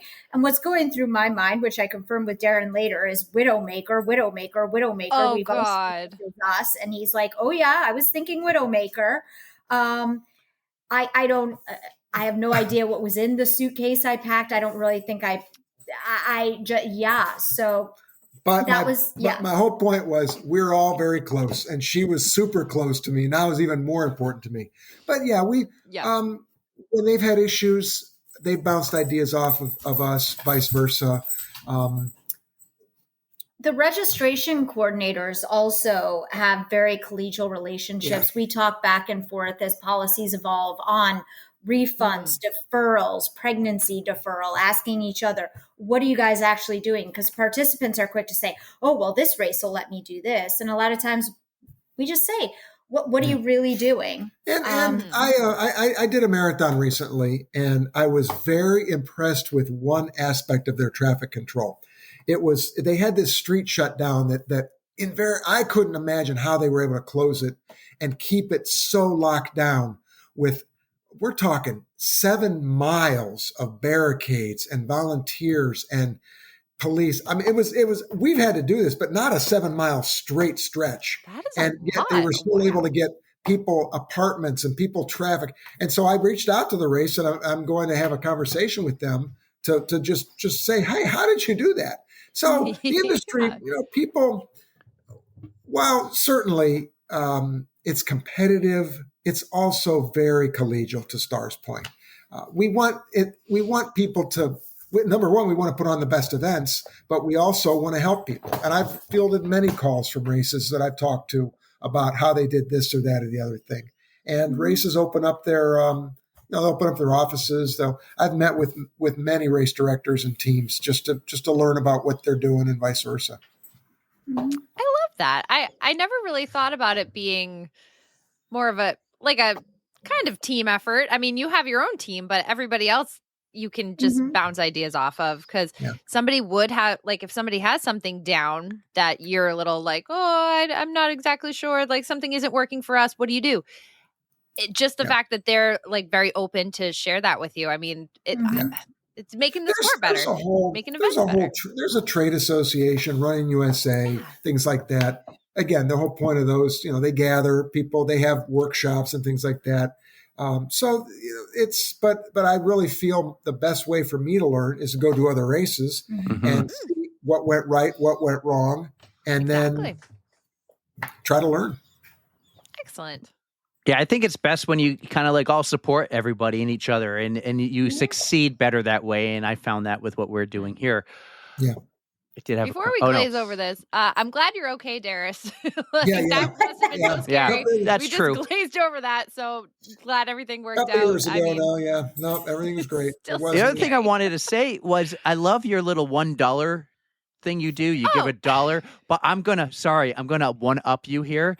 I'm going to do this for someone who I see wearing an On the Run shirt or whatever, and I'm going to give them a $2 bill. Okay. Nice. I got to go to the bank now and get a bunch of $2 bills.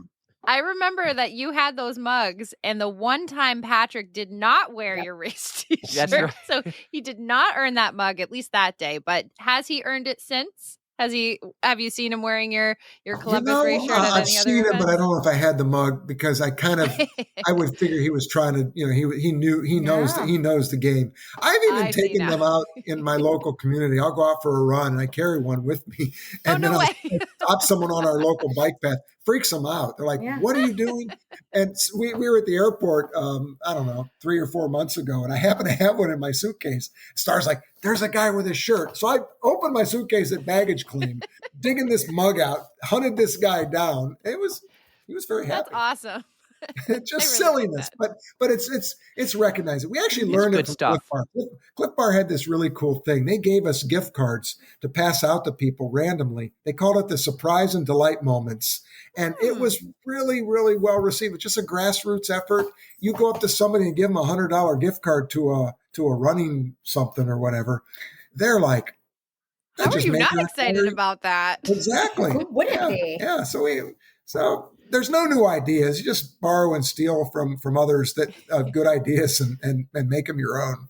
Still really fun. Yeah. So $2 bills, that works out really nicely because it references, number 2 and you're on the Runs podcast. Oh, So- yes. Yes.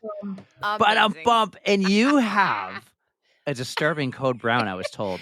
In All fact, right. I think you told Erika and she was like, stop and save it for the Okay, pod. so I don't know if you recall when we met at Flying Pig. I do. Yeah, you were telling me that you had a story. I think it involved the LA Marathon at one point. It does. So I know I am very intrigued as to what this story entails, and also I think Patrick is on the edge of his seat waiting to hear it also. It's an awful story. Patrick has actually turned the brand, podcast though. off because he's It afraid of probably having to fits our run for a brand. marathon. Oh my God, that's true. That's true. Well, I'm now going to have the pod family gather around and imagine that there is a campfire and delicious snacks, and we'll get started. So many, many years ago, I don't remember the year, but the temperatures at the LA Marathon were going to be getting into the 80s. And so he's already He's shaking terrified. his head already. Oh no, we're in for it. Buckle up. We got an email on the Saturday, and it was not early in the morning. It was kind of mid-afternoon. Got an email that they were moving the start time up an hour or back. I don't know. Either Can I just add? I'll add very quickly. It was 2015, and the reason I know this, I just deleted from my computer emails that I had saved for years and years and years. And that I saved that email because it was such a terrible messaging. It was almost a message to myself. Don't ever do this. They let us know, that they were moving the whole thing back. But okay. So in 2015. 2015, they announced that they were going to be starting an hour early because of the temperatures. What I'm trying to convey with this story is what they did not do was adjust the time of the shuttles that get you from the hotels to the start. So we ended up, and we were pacing this event. So we ended up getting to the start line probably only with 30 minutes to go. And at a race the size of LA, back then we're talking 30,000 people. And we've got pace leaders that we have to get into crowded corrals. Okay. We're supposed to be there a minimum of half an hour ahead of time so that runners can find us. So we've got this really truncated space. And we've really got to use the bathrooms ourselves because as pace leaders, you're running slow enough that if you have to pull off the course, you can and catch back up to your group. And no one really likes that, yada, yada. Yeah. So it's dark and we're in a hurry. And I go into a porta potty and I take care of all the business I need to take care of. I had had a good strong cup of coffee. Get out of the porta potty and I'm grabbing my sign and my balloons and I'm walking towards my corral and I'm like, why does the back of my shirt feel wet? Uh-oh. And so I take my singlet and I pull it around and there's poop on it. No. And a couple of things are happening in quick succession in my mind. I'm like, okay, number one, this isn't long enough that I pooped on it. Like it doesn't hang down. And so I fling the door of the porta potty open enough to see into it. And someone had taken what I guess would famously be called an upper decker. Oh, no. So they did it on purpose. So what had happened was there was this huge fucking pile of crap on the back of the seat that my singlet had dipped itself in. No. Okay. So I rip my singlet off. I say, skinny girl body issues be damned. I'm running in a sports bra and shorts. Nothing else to do. I feel fine. I start walking to the corral. Oh my God. Why does the back of my shorts feel wet? No. So No. my singlet had apparently gotten a big scoop of the upper decker on it, and it had also transferred to the top of the back of my shorts. Oh, no. So now I'm thinking of a number of things. Number one, I'm having a nightmare. Number two, there is poop all over my shorts and I can smell it. Number three, this is not my poop. Number four, it is going to be like 80 degrees today, and I am going to be sweating a lot, and someone else's is going to be sweating down into, like, I'm trying to process all of this, and I am stuck. I don't have shorts in my drop bag. You don't have a drop bag. You're going to the race. Where am I going to get shorts? I don't have money. What? So, like, I'm white. My eyes are just blank. I make it to my corral, and this woman just looks at me and she's like, honey, you don't look, what's going on? And I point at my shorts and I go, but Pope, it's Pope, it's not mine. Remember, where did a race start? YMCA is playing, non-celebration. All this stuff is going on. Bad, you guys, it's so bad. So gosh, God bless this woman, bless every woman who is a mother, because they all look around. She's like, I'm a mom. We've got this. Someone gives me a foil blanket. They tie it around my waist. They have me take off my shorts. Someone has the water that they're sipping on before the race. They put my shorts over this stanchion. They're pouring water on them. They're like scrubbing this poop out as best they can with this water. I'm standing there butt naked under this foil blanket, like, do your thing. So these amazing women truly do their best. They hand me back these shorts. There's still a poop stain on them. Oh, no. Actually, it's kind of spread. I mean, they meant well. Just wet, too. Now it's bigger. And I should mention, I forgot this part. Uh-oh. For some godforsaken reason, and I believe in God, for some godforsaken reason, our uniform sponsor that year decided that the women should wear pink. And it was a light pink. So these were light pink shorts. These were not black shorts. These were light pink shorts. And you could see the entire outline of the poop stain, which had gotten bigger because it had spread with the water, but there was less. So like, well, that's the best we can do, but they're probably going to dry during the race. And I'm like, and then they're going to get wet with the sweat, and there's still someone else's shit all over my meanwhile, shorts. the clock is ticking down, and we're about ready to start this year's LA Marathon. So then someone like fashions this thing out of like pieces of a plastic drop bag that's kind of a shield, and they kind of slip it between my lower back and my shorts so I can run with it like as this little butt shield. But I can already feel myself sweating, and I know it's going to chafe me within an inch of my life. So the gun goes off, and I'm running in these. I love LA. That's the song they start the race with. I am running in these poop-stained, smelly butt shorts out of Dodger Stadium. And I'm still like having this out-of-body experience because I'm so mortified and so disgusted. And like, I don't know how I'm going to do this job that I've been given to do today. Yep. And then I have this brainwave, and I remember that right past mile 1, there's a CVS. And I'm like, they're going to have baby wipes. I can get baby wipes, and I can actually so the manager and some employee are actually standing outside the CVS cheering, and we run, and I like give someone else in my group the balloons, and I'm like, I swear I'm going to be back. I just have to get some baby wipes. And I go over and I'm like, okay, I have no money, but there's this poop on my shorts and it's not mine, and I need baby wipes. And he's like, it's fine. Come with me. And so we go in the store, and he gives me a pack of baby wipes, and I'm turning around to run back out of the store. And he's like, wait, ma'am, do you want to use the bathroom? And I was like, oh my gosh, yes, please. And remember that I'm doing all of this like on fast forward because I need to catch up to my group who's trying to hold beans without me. So I go sprinting into the bathroom, and I get into a stall, and I'm using these baby wipes, and I'm so excited, and I'm scrubbing my shorts with baby wipes. I'm like, oh my gosh, I'm in a bathroom. There's a sink. There's soap. I can just wash my shorts.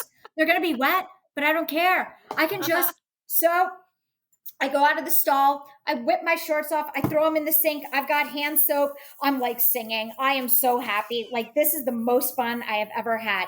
And right then, as I'm standing at the sink wearing nothing but oh my God, a visor, a sports you're in the men's bra, room, and my running shoes, I literally am pantsless. oh my God. And these two women walk in. Okay. And there I stand, naked, shorts in the sink. And this woman looks at me and she goes, "Sweetheart, Oh my if it was God. that time of the month, why did you wear pink?" They're frozen. And it's like the moment she froze, like her face right now. These two women walk in. This story is like I am cringing just from I swear to I can God, she was going to imagine. say like the door opens and it's a guy, and she accidentally walked in the guy's room with no pants. Oh no, but we lost him. Wait, wait. There she is. Okay. Are you back? Oh wait, no. Oh no, Happened yeah, to- it just was the last bit. They'll come back on. Oh my God. Wow. I can't even handle that. That is like Yuki's story, like Yeah. 10 times worse. Where did Oh, I? God. Where Where did did we we lose lose you? this? things from her Our internet wristlets, went but down. oh my God. Did you hear that I Oh, caught my group around mile 4 and that was we, No, okay. we missed it right when the two ladies walked into your Yeah. to the bathroom. And I thought it just was going to say. be like a guy like you realize you're accidentally in the men's room or something, but No. you froze at the Start right that time. You part. go, Okay, yeah. the door So- opens. Yeah, so the door opens and these two ladies walk in, and the one takes in what she sees and she looks at me. She says, "Honey, if it was that time of the month, why did you wear pink?" That is the least of my worries. And I don't know. I rang out my shorts. I threw them back on. Me and my wet shorts caught my group by mile 4, and I had a lovely race. Oh my God. That is one of our top Code Brown stories of all time. Oh no. Oh no. I feel bad if there's one that's worse. Oh my God. We were just kind of remembering some of the Code Brown stories we've had, and we had wonderful Yuki on for one of our Boston episodes, and she had a terrible experience with a porta potty as well, where somebody had explosive diarrhea, and she was wearing this beautiful unicorn costume with these dangly wristlets that happened to get destroyed from all of the mess in the porta potty. So Oh, The part of the she best had it part of the bad too, but I story feel like was yours is worse. Oh, it Star. just to give you a little more context on the Yuki Yeah. story. These wristlets were new, and she tested them out. In 60 Minutes, like New Hampshire had a conversation with her, and they talked about it, and they're Oh, waiting yeah. for her at the finish line, No. and they're like, "What happened to the wristlets?" There was no salvaging Oh, them. gosh. They fell off. I forget what she actually said, but She actually just said she had a wardrobe malfunction, oh my gosh. and when she told us the story, no one ever knew the story besides her husband. So we called it an OTR exclusive. But yeah, your story had reminded us about that when you froze. We're like, oh my God, this is just like Yuki, the explosive diarrhea in the porta potty. Star Unbelievable. actually has another one too. We were at the St. George Marathon. goodness. No. And she was at mile 2. She was in charge of transportation at St. George. You get a ride to the start line, then at the finish line you get in your car. Well, we'd have to go to the airport. Sometimes we'd have to drive all the way back to Vegas to get everybody on a plane to go home. Well, Star was pacing, and she had this pink jacket. Pink is the problem here. Oh no more pink And for you. Star at mile 2 runs off into the desert because that's all you can do at St. George. There's portables from time to time, but you just go behind some scrub brush. Well, Star does her business, takes off the jacket, uses it because she doesn't have anything else, joins up with her group, gets back to the finish line, does her job, gets back to the done. One of the other pacers says, "All right, we got to get going. We got to get to the airport. Where's the keys?" Star says, "In my jacket." At mile 2. Well, we're talking the desert. So basically somebody drove the other rental car because the keys aren't available. All the way up to mile 2 in the desert. Thank God the jacket was pink because they spotted it behind some scrub brush.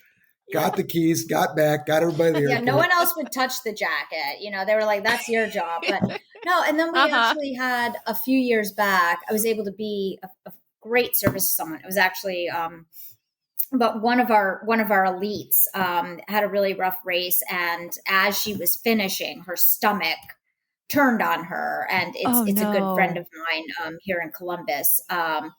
But not only, since we were post-pandemic, immediately post-pandemic, I had like 17 packs of wet wipes and Purell wipes in my bag. Yep.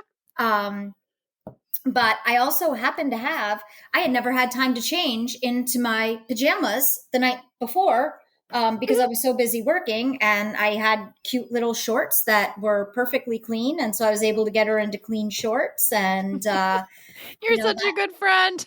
That worked out really well. It's good. It's funny, the marathon thing, the biggest issue is the restrooms. Oh my gosh. We have 500 of those that we have at the Columbus Marathon between a start, finish, and out on the course. Wow. It is always a major issue. As pacing, I was talking earlier about stories. I wanted to have a book one day called Pee on the Downhills, because I learned as a pacer, if you stop at the bottom of a hill to go to the bathroom, to even into a portable, catching up to your group on an uphill is terrible. So you always want to make sure that you just wait for a downhill. It's much easier to catch your group. So. And that's really smart. The porta potty thing is so hard, especially when, one thing that Darris and I always do is we look at this event, and when we fill out surveys, we look at events from the perspective of being both participant and organizer. I also do operations and logistics work for our local Race for the Cure. So I deal with a lot of that same math, like this many participants, this many porta potties. It's like we have been in those lines, and we know what it feels like when there's a clock ticking and you're in that line and someone has decided to change their clothes and do a full face of makeup before they get out. I'm talking about the people who just are in there and in there and in there and in there. Yep. And we know what that feels like. And at the same time, from a budget and a space perspective, we're never going to be able to have a ratio of 3-to-1 for porta potties. I mean, it's just not feasible. So how do you find this fine line of like, we know that lines suck. And also, if you're going to a large event, you're going to wait in a line. There's going to be a line, so what's acceptable? And it's hard. And sometimes you get it right, and sometimes you get it wrong. And sometimes other races get it right, and sometimes they get it wrong. So that's a sticky wicket. No pun intended. How many cups, by the way, at the aid station? How many cups? Total, I think our total that we go through, I think are, I'm going to say it's between 100 and 150,000 water cups, and also the same number of Gatorade cups. Jeez. And it makes total sense, but the numbers are staggering. The calculations, we have more in the first half. Clearly, the marathon and half marathon share the same course for the first 12 miles, and then we have calculations for the second half. And it's that itself. We actually prepare those aid stations in September. So about a month before the race. Then we have a logistics company, that loads them onto a 53-foot trailer and delivers them to the aid stations that morning. They're driving around the city of Columbus, so the volunteer captains can show up, and this plastic wrapped pallet is ready to go, and they just unload it and go to town. Amazing. But that's something that's happening on a Saturday in September. We've got about 10 of our team members, and everything from Gatorade jugs, something called slip sheets. Those are those cardboard things that allow us to layer the cups yes. on top of each other. How many slip sheets, how many trash bags, how many mixing sticks, how much Gatorade concentrate, how many Gatorade jugs, how many trash bags, how many rakes, how many, all of that's getting built. And we have a lot of fun wrapping pallets.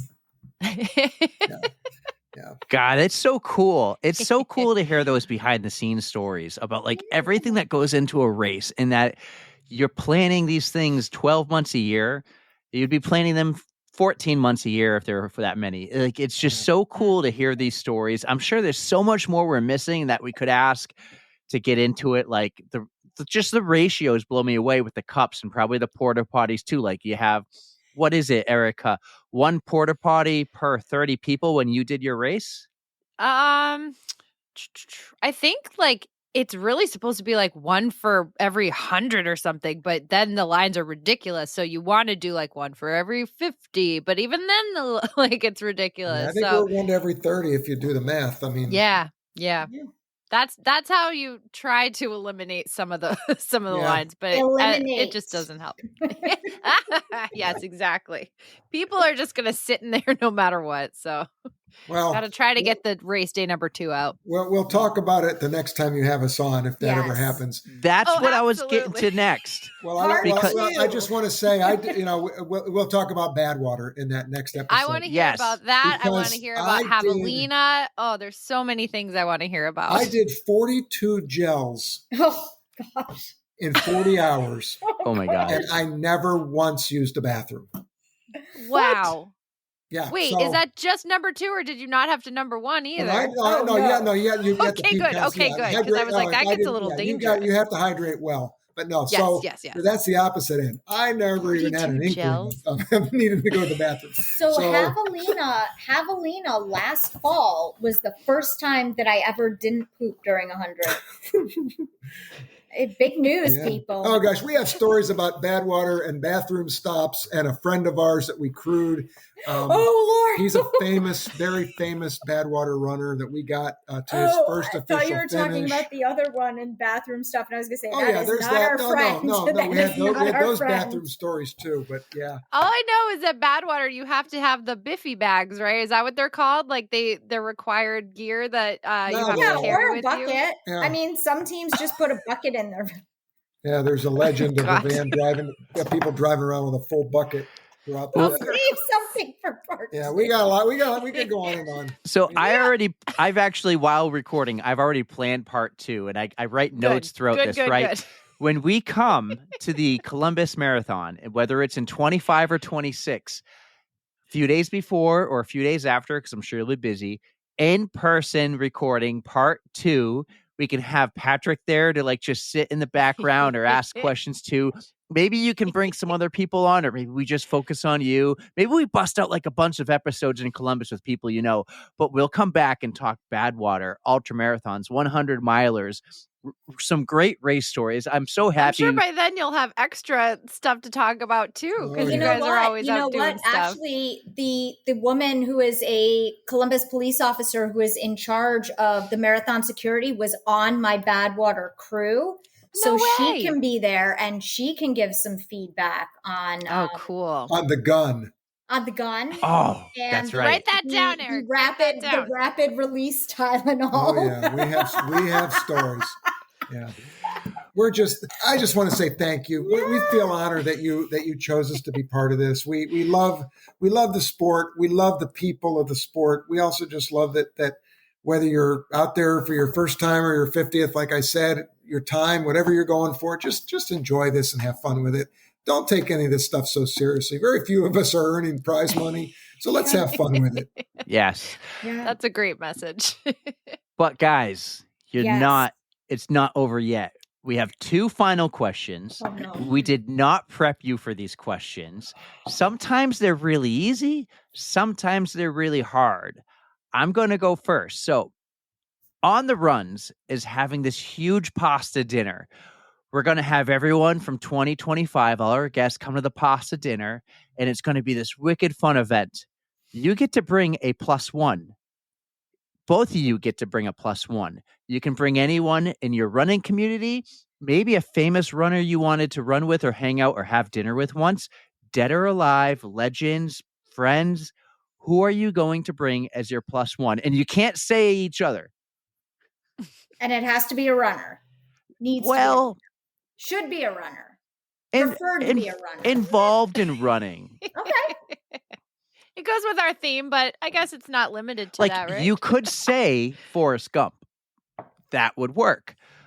But to say Tom Hanks, but his character from, what's the island, the movie where he gets Yeah. stranded on an island for 4 years? Castaway. Let me rephrase that. You could say like Tom Hanks because of the Forrest Gump connection. We're looking for a running connection, and Yeah. I think This is kind of a curveball. you know who I would really like to hear from, and I think would be The food would be good too, because I like this style of food. Phodipides. Ooh. The guy who Oh, God, I started can't this whole spell that. marathon thing. What's the real story behind that guy? It would be Greek food. And, Mhm. and I would just love to know what's the truth to all this nonsense. That's a great one. You can only hear the legend so many times, but to get it straight from his mouth, that's the way to go. Good answer. Yes. You understood the assignment, I think. Like that's a good one. It's the second time asking this question for 2025. You guys understood the assignment. Darris did. We'll see if Star does. Yeah, okay. So mine is going to be really, really obscure, but I'm going to provide some quick context to it. It is a person that I know, but I have not connected with in a long time.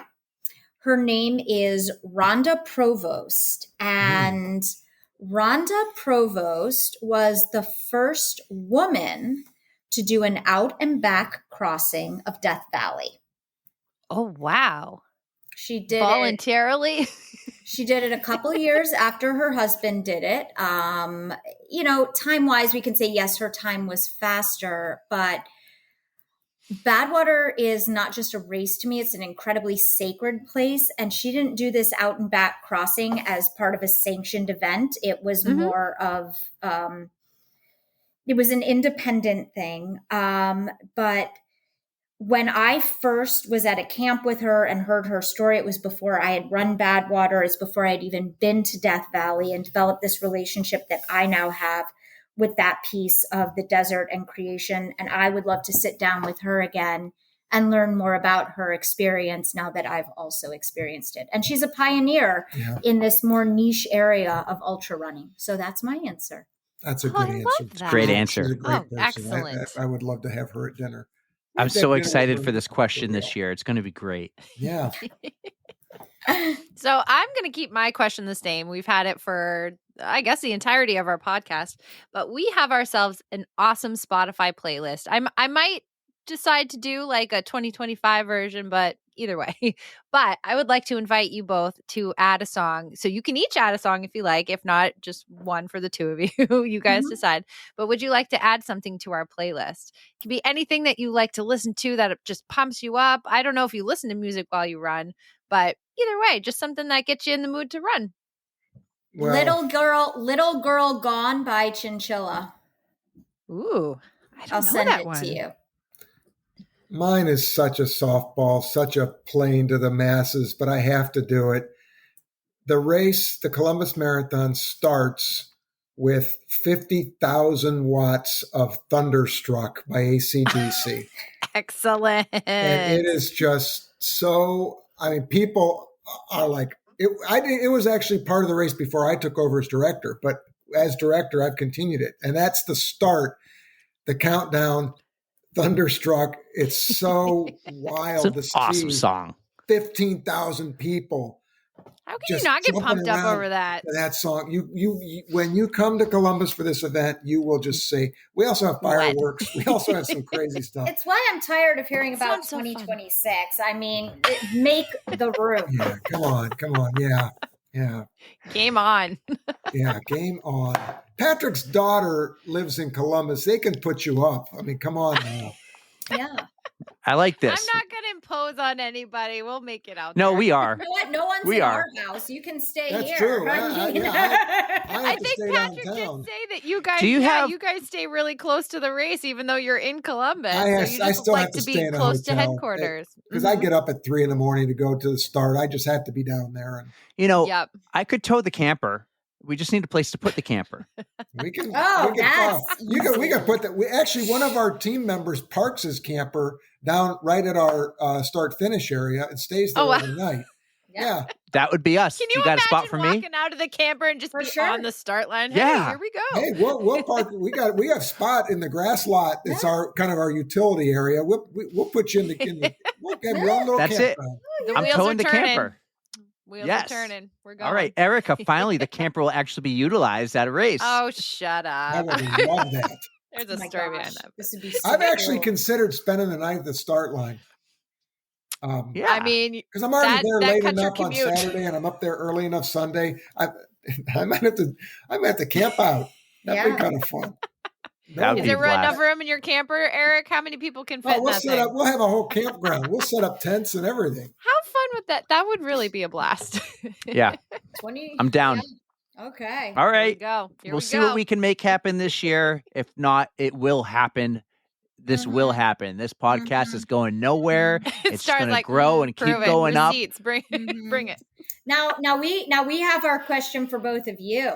Ooh, this is awesome. Because This is a curveball. I know. Final curveball before we get off the line. But we do not have a podcast, but we have a very little known online YouTube show called Snack Time with Darris. It was born out of the pandemic. We do have a Snack Time with Darris YouTube channel, which I'm still uploading old episodes to. We did about 40 episodes during the pandemic, during the early part of lockdown. 4 p.m. every day, we had a snack, and we talked about Darris's feelings about snack food. Then we bring it back most years at the holiday season, just because people claim they miss it, and then they don't watch it. So you have run 25, 26, 27 miles. You're walking into an aid station, or you're getting back to your car after a marathon. What is the one snack that you have to have? Oh, man. Post-race. A snack. So I ran a marathon yesterday, and it's not soup. Yeah, it's not soup. I had no appetite. I tried to eat a hamburger and French fries, couldn't do it. And the thing was, when I did my Ironman, I knew what I wanted after the race. I wanted a pizza, and I couldn't eat the pizza. Now, these aren't snacks, but my point is I had no appetite. But Yuki had Twizzlers, and those Twizzlers brought me home. Okay. And I love Twizzlers and Starburst. So if it was a snack, and a snack that I think I could definitely eat after, it's Twizzlers. And I would get the big pack of Twizzlers, not the little one with 10. It would be the big bag. Oh, yeah. Yeah. He's eating a whole thing of them. And then the other thing, it's not a snack, it's a drink. And they don't go good together with Twizzlers, but a cold can of Coca-Cola. Oh, yeah. Coca-Cola after a race is the go-to. It's so good. Dr. Pepper. And maybe some chips to go. The Coke would go great with some chips, See, especially the rigid ones. The rigid I go ones. for salty snacks post race. So like a nice bag of chips, a slice of pizza. But I do like a nice cold chocolate milk.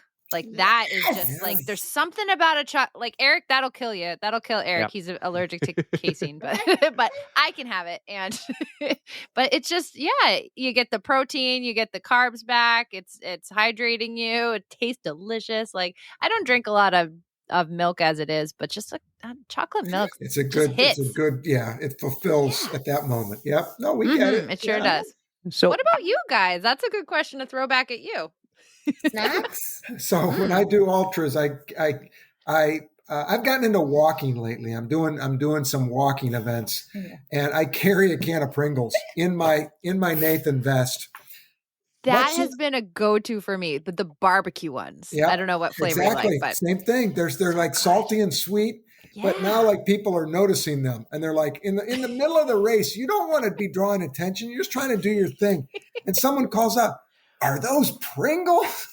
Yes, they no, you are. Can't have any. Yeah, exactly. I don't want to share. I'm sorry. Yeah. I thought of this. They're mine, but yeah. Good answer. So I found your YouTube channel. Oh, no. I am now a subscriber. The thing is, Star, I see you, but I don't. Who's the guy you're with in all these videos? Yeah, I don't recognize this guy. Yeah, so the beard thing. So the beard is happening for two reasons. So Star and I are working to bring a family to the U.S. from Ethiopia. We met in 2019, and in February we really started in earnest to get them here, and we got them to Uganda, and now we're trying to get them to the U.S. But I'm not shaving until they're here. Oh, what an amazing thing. I hate that it's sort of taking a reminder so long. to myself of the efforts. But your beard and then looks great. simultaneously, the World Beard and Mustache Championships are being held in Pittsburgh this summer of 2025.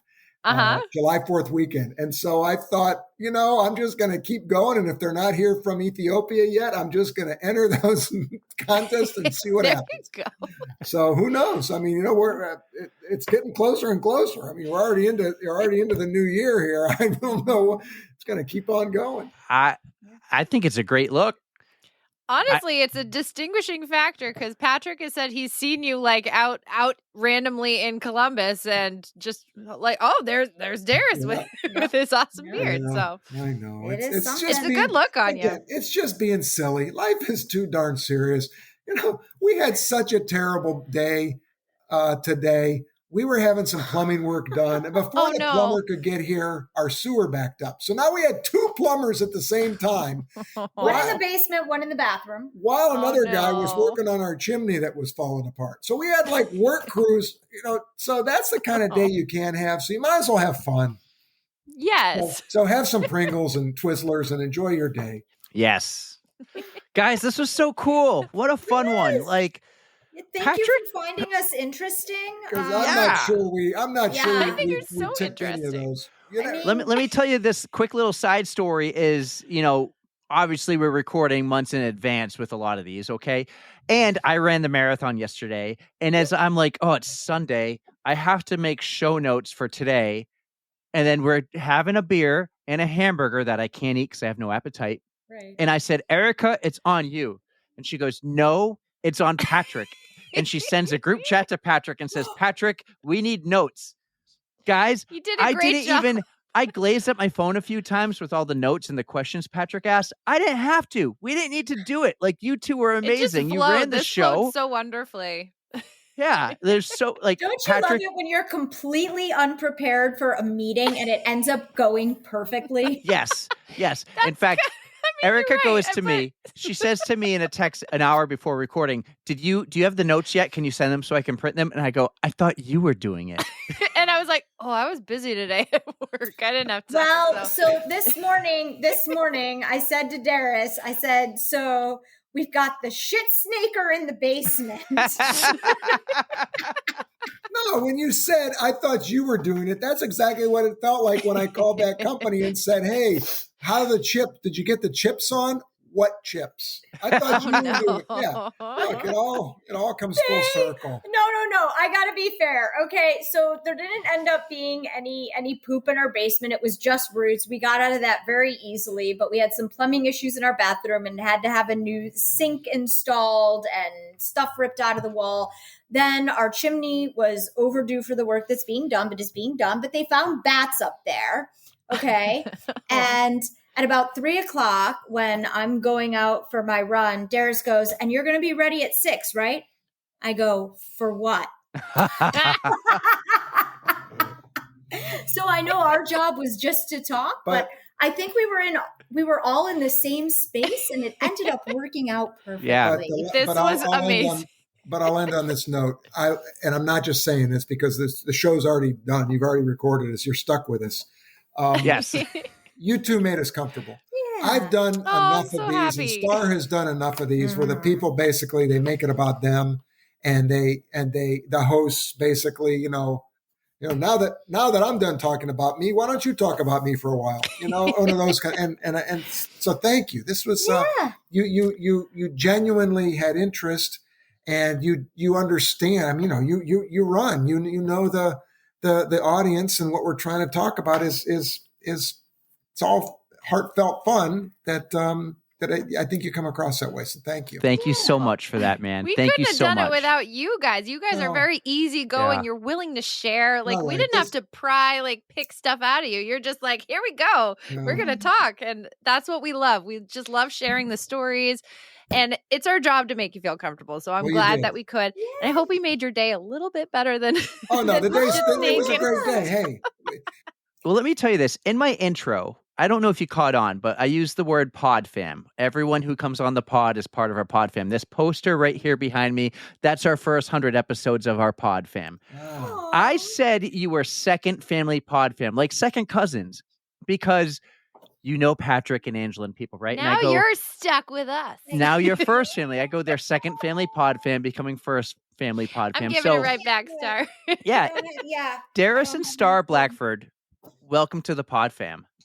Yay! Thank you. Thank you. Thank you. All right. Welcome to the PodFam, guys. You guys are amazing. Listeners, we hit the 2-hour mark. I really hope you enjoyed these two. They're fantastic. We'll have them Darris back and Star soon. Blackford on the On the Runs podcast. Darris and Star, we are so thankful for you. Thank you for coming on and sharing all those stories. And I mean, we didn't even get the tip of the iceberg with your stories. I There's know. so much more that we need to talk about. So we're putting it on the agenda. We got to talk again soon. Now, I have an advantage because I edit these episodes. Mhm. And, I'm apologies to Darris and Star because we recorded with them before Thanksgiving. And we been a got while, really yeah. ahead, and it's a great problem to have. But do you remember when she's telling us the story when they froze? Oh my God. I do not remember which story it was. They froze right at the punchline, Oh, right? I do Remember this? recall. Uh-huh. Right? And we're dying. But here's what's funny about Riverside, and maybe I'll clip this or something. But remember when the power went out at your house and I Mhm. could see you, like, I could see you after the recording, right? And I could see you like, oh no, what happened? Wait. Oh no. So it did it to them? It did it to them, but they completed their story. And then at one point, Darris goes, yeah, they're frozen. Oh Yeah. no. He goes, they missed the whole story. and she's like, no. Well, we were doing the same thing on the other side of that, so we were super bummed to miss it the first time around. But Well, luckily we pretty much made it all the way to the punchline, and I actually, if people caught it, or maybe they didn't catch it, but I left the punchline in originally when it froze because it was so perfect with the timing and the cadence Perfect. of right. But that's oh like my God! that was the shorts in the bathroom one. Am I remembering correctly? And honey, why would you wear pink if it's that time of the month?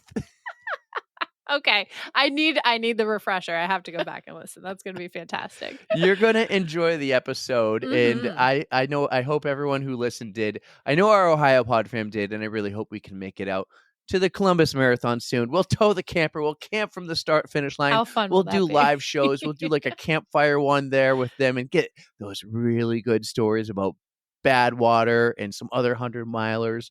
Oh, Man, yeah. I so enjoyed editing that episode. It's one of my favorites. It's I one of my can't wait favorites. to go back. I cannot wait to relive that conversation. Sometimes my favorites are like the ones I least expect to be that amazing. Like, okay, we're going to talk to a race director, get some more behind the scenes stories. It's going to be cool. We love to do that, and we love to have a mix. Oh my God, he freaking brought it. They freaking brought it.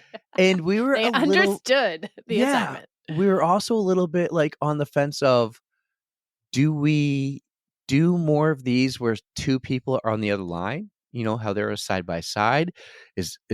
Are we going to be comfortable with that? Is it going to work out? Oh, that well? worked out perfectly. They just vibe so well off of each other. Yeah. So we just let them do their thing. We were just sitting here listening. So I think it was a great test, and I think we Yeah. could do more of those. So we Yeah. will maybe do more of those. Maybe some more like couples pods. Have couples on the pod and tell us their love story, or just running partners or something. But yeah, that was great. BRFs, the best running friends. But I do need to get some rest. So, Erika, what are you doing Wednesday night? Could we try to like record after I go out for my team dinner, possibly a hockey game, possibly many beverages? Oh boy. And could we do an extended outro? We will drop it Thursday, raw and unhinged. I'll only edit the bookends, the beginning and the end. I won't even edit the middle of the episode. I won't edit any of my mispronunciations. We'll just talk like this. And because it seems like the internet and everything works. So as long as I'm back in my hotel room by 12 o'clock midnight, that's 6 p.m. for you, we could do an hour. Yeah. I'm telling you, man, I am here for you. You tell me when to log on and I'm here. So well, listen, I have to tell you the story. I have to tell you this story because it went from having the entire row on my airplane to myself to some old guy who didn't speak English taking my phone away from me on my, What? like just grabbing it off my seat, and then missing a flight connection and running through an airport, What? lost, don't know where I am. I am sweating my balls off in my On the Runs hoodie because I am going like nuts trying to get to my connection. No. So I have like a great story. Are you saving it or are you telling me now? No, I'm saving it for the outro on Ah. Thursday. I'm saving it because I think a few more drinks will like do The good for suspense me. will kill me. Yeah, but no, some dude freaking.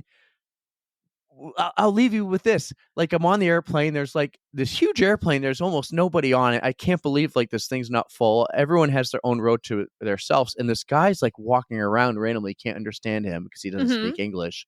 And then he just looks at my row and grabs my phone That's so random. and walks away. And I'm He like, took it? He literally took it?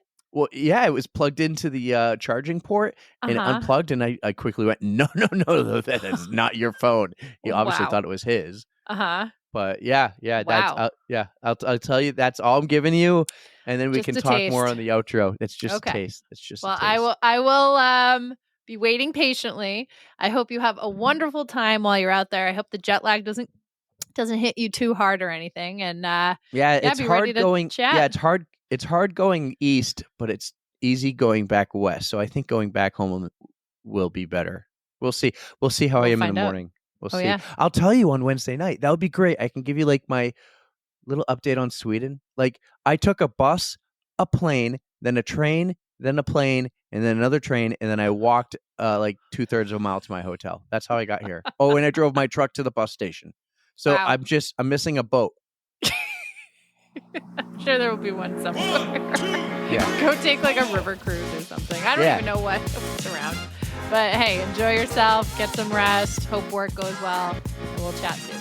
All right. Hey, guys, also, if you haven't, check out the Ali G Show. Track 2 dropped on Monday with her friend Sid. There's a funny story there. Erika asked me about the funny story, how I almost messed up twice editing Sid's episode. You're going to get fired.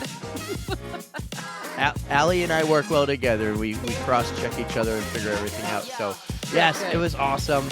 Guys, have a great week. Fingers crossed we get an extended outro in for you on Thursday, and we'll tell you all about Sweden, all about my travels, and we can also catch up with Erika and hear what's going on in her life. Erika, take us home. I hope everybody has a wonderful start to their week. Thank you for listening. You know we love you. Don't fear the code brown. And don't forget to stretch. 3, 2, 1.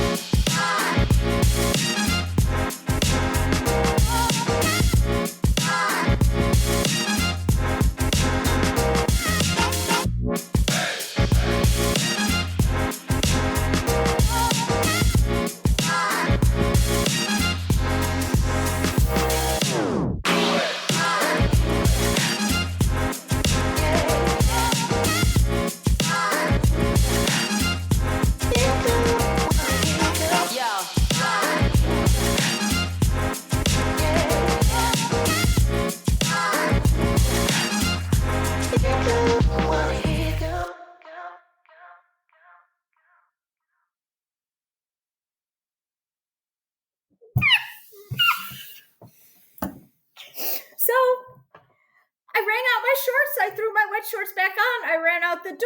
By mile 4, I had caught up to my group, and I had a lovely day. Yeah. You guys froze. Yeah. Oh. Your whole story. Oh.